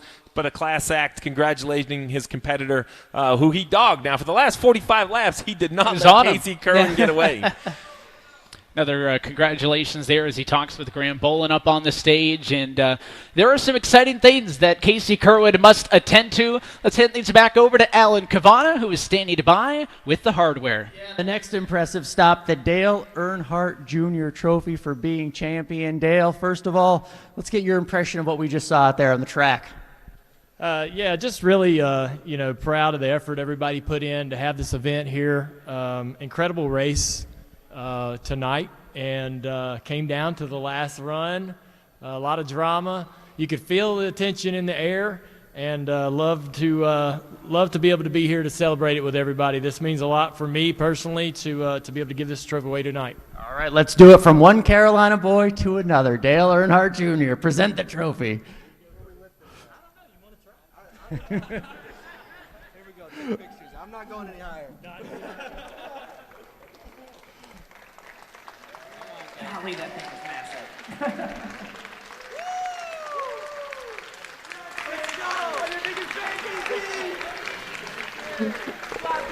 massive. What a moment. I can see the sweat dripping off his brow. Dale Earnhardt Jr., thank you so much for all you do for this series and for putting your name on this trophy. Let's talk to the champion himself. We'll bring you out here. How do you describe this moment right now, getting a trophy, the championship trophy from Dale Earnhardt Jr.? Yeah, I don't even know what to say. It's I've always joked with streaming I need a nice trophy for the backdrop, and I've won a lot of big races, but they never come with trophies, and this thing's even bigger than a stream backdrop, so I may have to work on the camera angle to make sure it gets all in there, but yeah, I don't know. I can't believe it. I don't know. I mean, we started off good. I knew we were good on that first run. Graham and I felt pretty even. I thought I was a little bit better at one point. I just used my stuff up trying to get to him. And Bobby was just insane. I mean, he was so quick the first run. I thought it was really just kind of a race for second. Then the caution came out, which I was kind of happy about because I felt like we probably needed some restart chaos to have anything for Bobby. Yeah, and then just... What changed after the caution? Because this entire race changed, a little track position, a little beating and banging. What was it like just after that caution? Yeah, I mean, just intensity picked up even more than it already was. I mean, we made a bit of an adjustment. We were ready for that. And, yeah, just shout out Houston Hamer. I've been, man, me and Houston have worked together for a long time. And, yeah, I mean, just finally get competitive over the past couple years and now be here. It's pretty insane, so... The emotion is understandable, the trophy, the money, but to do it in front of all these people, to do it in front of your dad, who helped you set up this rig, move it from Matthews just a few miles down the road, set it all back up. What does that mean to you, that hug? Yeah, it meant a lot, man. I mean, my dad supported the thing for a long time, even with streaming and kind of doing it all full time. It's not a normal job, you know. It's kind of a bit different, and obviously we have about 100,000 reasons to be pretty happy about the decision now. And yeah, I mean, I don't know. I mean, my dad's been my biggest supporter since back when I started 5 years ago. So, and also to have my neighbor Dave, his family. Dave was the one who got me into iRacing 10 years ago, and I always went over to his house to watch races. And Doug and Chrissy and Donna. My mom was here earlier. She had to go back and walk the dogs. So they wouldn't pee all over the house. So hi, Mom. Thanks for all you do too. Hi, Annie. Hi, Boo. If you can hear me, I'll be home soon. Don't be too scared. $100,000. What do you want to do with that? I have some ideas, but I should probably be a little logical. There's a lot you can do with it, but I don't know. Main thing is just getting this thing home and all set up and go celebrate. Also, got to say a big shout out to Ethan, Gonzo, my spotters. Thanks to them. Rylan and Ben, my friends from school as well, for being here. Cole, my SimSeats friend. I just see you there. You're yelling woo, so I'm saying thanks. Thanks SimSeats too for all they do. Yeah, I can't believe it, man. Yeah, I lost my train of thoughts. Whatever I was saying, it's gone. But You can go find it, go celebrate. Casey Cerwin is your NASCAR Coca-Cola iRacing Series champion. Round of applause. Evan, back to you. We're back here on the stage with Bobby Zalinski, who comes home in this race third, second in that title fight. Bobby, first and foremost, congratulations. Another incredibly successful year for you and a pretty successful race. Dominated a lot in that first half and then obviously got caught out through the pit cycle. Just tell us about what changed there in the middle. Yeah, I went in with the lead and had perfect pit box entry, and luck of the draw. Just had a bad number on the pit stop. Like, nothing I could do about that. Lost the lead. I was fourth. Like, I don't know what else I could have done in that race, honestly. So it's really painful. Everything else considered, like, this was a horrible year for me up until recently. So second's good, but like to make the final 4 or 5 times and still not win it kills me. And it probably should. But I ain't gonna quit. I'm gonna keep going for it. If I have to be the series Mark Martin, that's an honor because he's one of the greatest. So, that's life. Good job on Casey. He didn't mess up. I was just stuck in his dirty air. And that's how she goes. Talk about those closing laps, the intensity of it. I've been in racing my whole life, like those last laps as they count down. It looked like you had a couple runs where you kind of got close. You mentioned the dirty air. He did a really nice job of not missing the bottom, not giving you an opportunity. Seemed like he just ran such a tidy line. There was just nowhere for you to go. Yeah, I mean, he was also quick. He was with Keegan on pace. I was surprised that Graham and Steven didn't have the pace Casey did, but I guess they were just on different sets. That first half of the race, I was like, wow, we are fast, and just pulling away, but I knew it was not going to be that easy. Good job on Casey. He kept the tires on it. Even if he gave me the bottom, I think it's just you get close and you just get too tight. And even when you get under him, it's really hard to pass, so I would have had to hit him, which probably would have done. Wouldn't have wrecked him, but, he set the precedent at Pocono. So, I just couldn't get to him. I was sweating my butt off, man. I haven't sweat like that ever in a race. I wasn't messing up. I was just stuck. And second. All right, man. Well, listen, I know it's a disappointing finish to the year, but as you mentioned, slow start, great finish to the year. Go back to the championship 4, and I have zero doubt we probably will see you back here again a year from tonight to try to make another run at it. Yeah, that would be crazy, but just got to thank everyone at Interstate Batteries, Jacobs Racing, VRS, especially VRS, like Zach Campbell, Coanda, for getting this rig out here. Wouldn't have been able to battle for the win without all my partners. It's Bobby Zalinski, who finishes third tonight here at Phoenix, second in the championship here in 2022. And to your point, many times he's been here racking up the race wins. Certainly, you think we'll see him back. Certainly so. I mean, but Bobby Zalinski is a name that, there's a reason that he's been in these championship 4s for all of these years, and it's not by accident. It's because of the speed. If anything, this was kind of a surprise of a year, just not having the success we're typically used to seeing. But he still found a way to get here, and I imagine that, again, probably going to find a way to be here next year.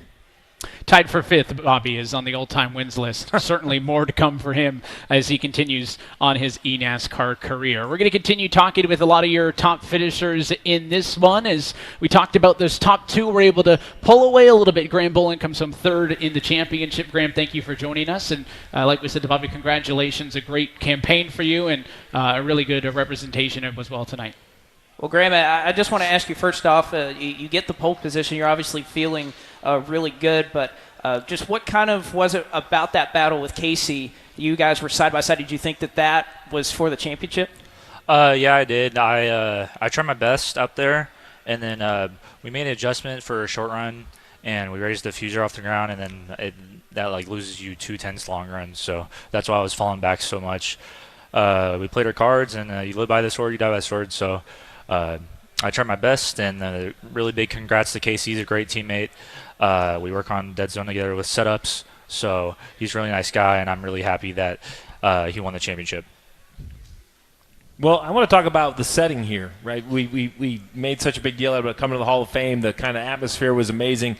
Tell me about during the race. When you get up there, you get locked in. I know you're in your rig, you're in your headset, but could you feel it? Could you feel the crowd, hear the noise, understand you were kind of in a different setting? It had to feel something different than what you're normal to and your normal comfort zone.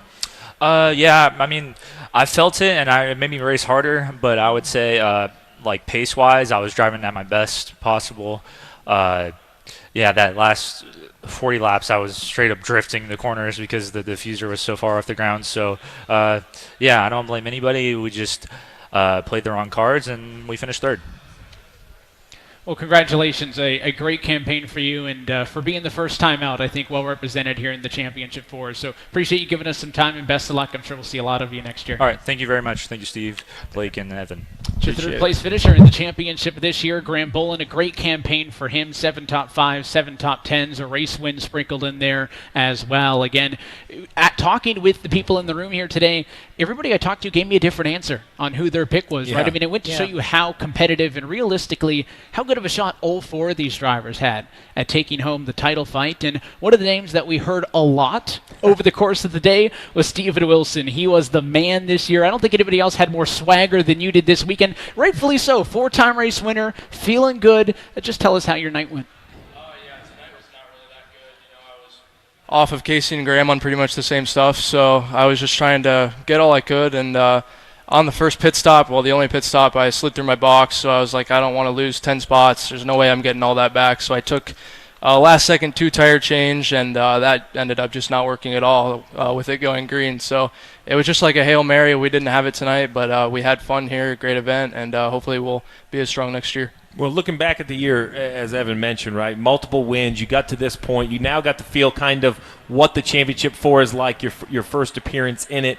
Was it what you expected? Was this in-person event what you expected? Was it, how did the nerves work, and what was it like having this live audience? Oh, yeah, I mean, I never really got as nervous as I thought I would. It was a really cool event, and honestly, there was some questions when it first started, but everyone at iRacing NASCAR did a great job, so hopefully this is a thing that continues in the future. Yeah, I was a big fan of the live event. I love the cheering and the crowd, and we were wondering about the 2-tire stop, so now I know it's. I listen, as a gambler to a gambler, I like a Hail Mary. Like, you got to do something to keep that track position. So I think 2 tires was the right call. I hate it didn't work out though.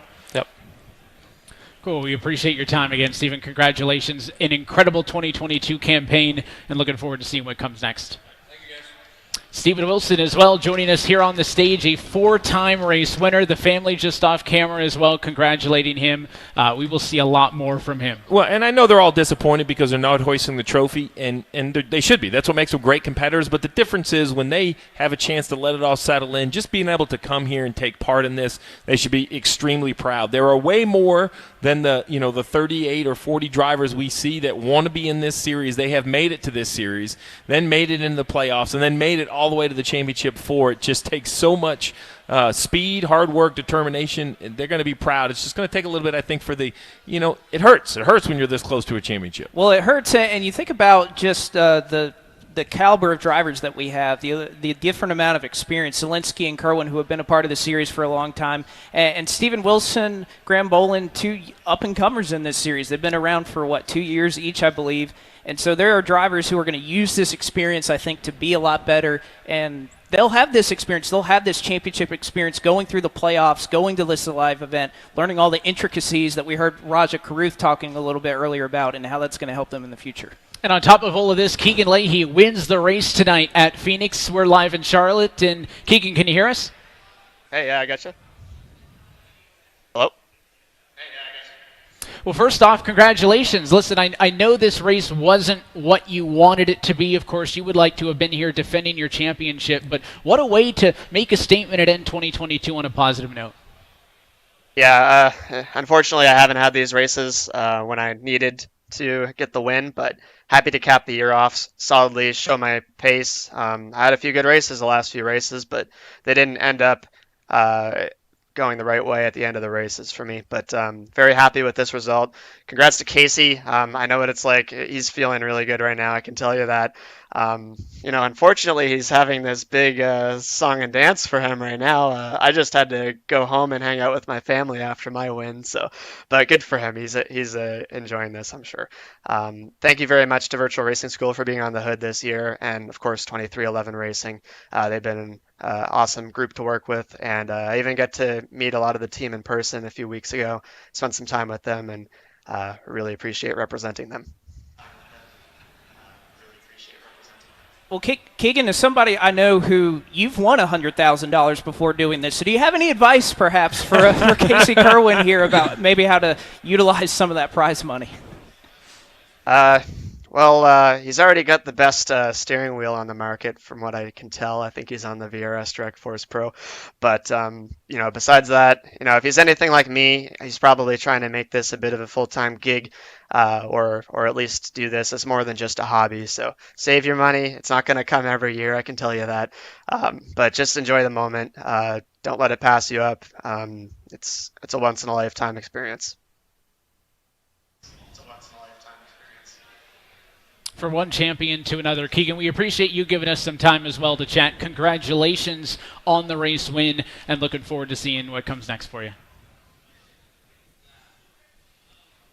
So that is your race winner tonight, all the way back at virtual Phoenix, and from his home north of the border. Keegan Leahy gets a win in all of this, maybe the most anticlimactic win of the year, but that comes with a cash payout as well. But in the end, it comes down to the battle for the championship, guys. 4 incredibly deserving drivers. You had Bobby Zalinski, the veteran, going up against a bunch of green drivers who hadn't been in this position, but to be fair, none of them had. None of them have been at the NASCAR Hall of Fame on stage for an event like this. I think everything came together well, and it was a great race. Those 4 were tight for the first half, and then in the end, a pit strategy cycle kind of shook things up, and a great battle between Cerwin and Zalinski all the way to the checkered flag. Well, it really matched the year, right? You couldn't tell which of the 4 was going to win the race, because I couldn't handicap a race all year long. As an owner in this series, my notebook is very thick on exactly who perhaps could be the driver for Letard Esport next year, just because there are so many, right? We've lost 20 to relegation. How many of those will reappear through the road to pro? We'll have to wait through the winter and see. It's going to be a short winter, and these guys are going to be right back at it, practicing, grinding along. It's going to be good to see who finds a little bit more speed in this car. I think this car threw the curveball to a bunch of guys. It's going to be interesting to see who exactly figures it out heading into next season. Well, I think you know as well as anyone, the off-season is where you can make a lot of those gains. And I'm just excited for all of these drivers who saw what we had here tonight and are able to maybe look at, I want to be here next year. This experience, and trust me, I know I've been a part of this eNASCAR ladder, and the amount of time, the effort that goes in, and sometimes you wonder, is that sacrifice worth it? But to be a part of this event, to go through everything that these drivers did, to be a part of everything, you've heard them all say this was an incredible experience, and I could say just watching it, how cool it is and how much of that sacrifice pays off for all of these drivers who were part of the Championship 4, and of course, Casey Cerwin tonight. And it's not going to be a quiet off-season for a lot of them, right? For those drivers below the relegation fight, they've got a fight on their hands. They're going to have to fight through that contender series this year, and every single season, honestly, you look at a turnover of about a fifth of the field, at minimum, new drivers. And we talk about the growth of this series. Those guys coming up aren't just leftovers. They're some of the hottest drivers on the market coming up, and it's going to be an incredible battle. I can't wait to see the 40-car field when we get to Daytona. Well, we need to circle this event. I think hats off to the Hall of Fame, to NASCAR, to iRacing, to everyone who helped put this event on. For the race fans who are watching at home, right? We're in Charlotte. We're at the NASCAR Hall of Fame. It's worth visiting regardless of what's happening here. You put this event on top of it to think just this weekend we're going to have a spectacular race just up the road in Martinsville. I think you got a few months to be planning. I would have this week circled on your calendar. A year from now, this would be a great trip, and come cheer these guys on in person, because the live audience was a game changer, and I hope it just continues to build. Shows how far this series has come in its 13-year history, and I expect it's only going to continue to grow.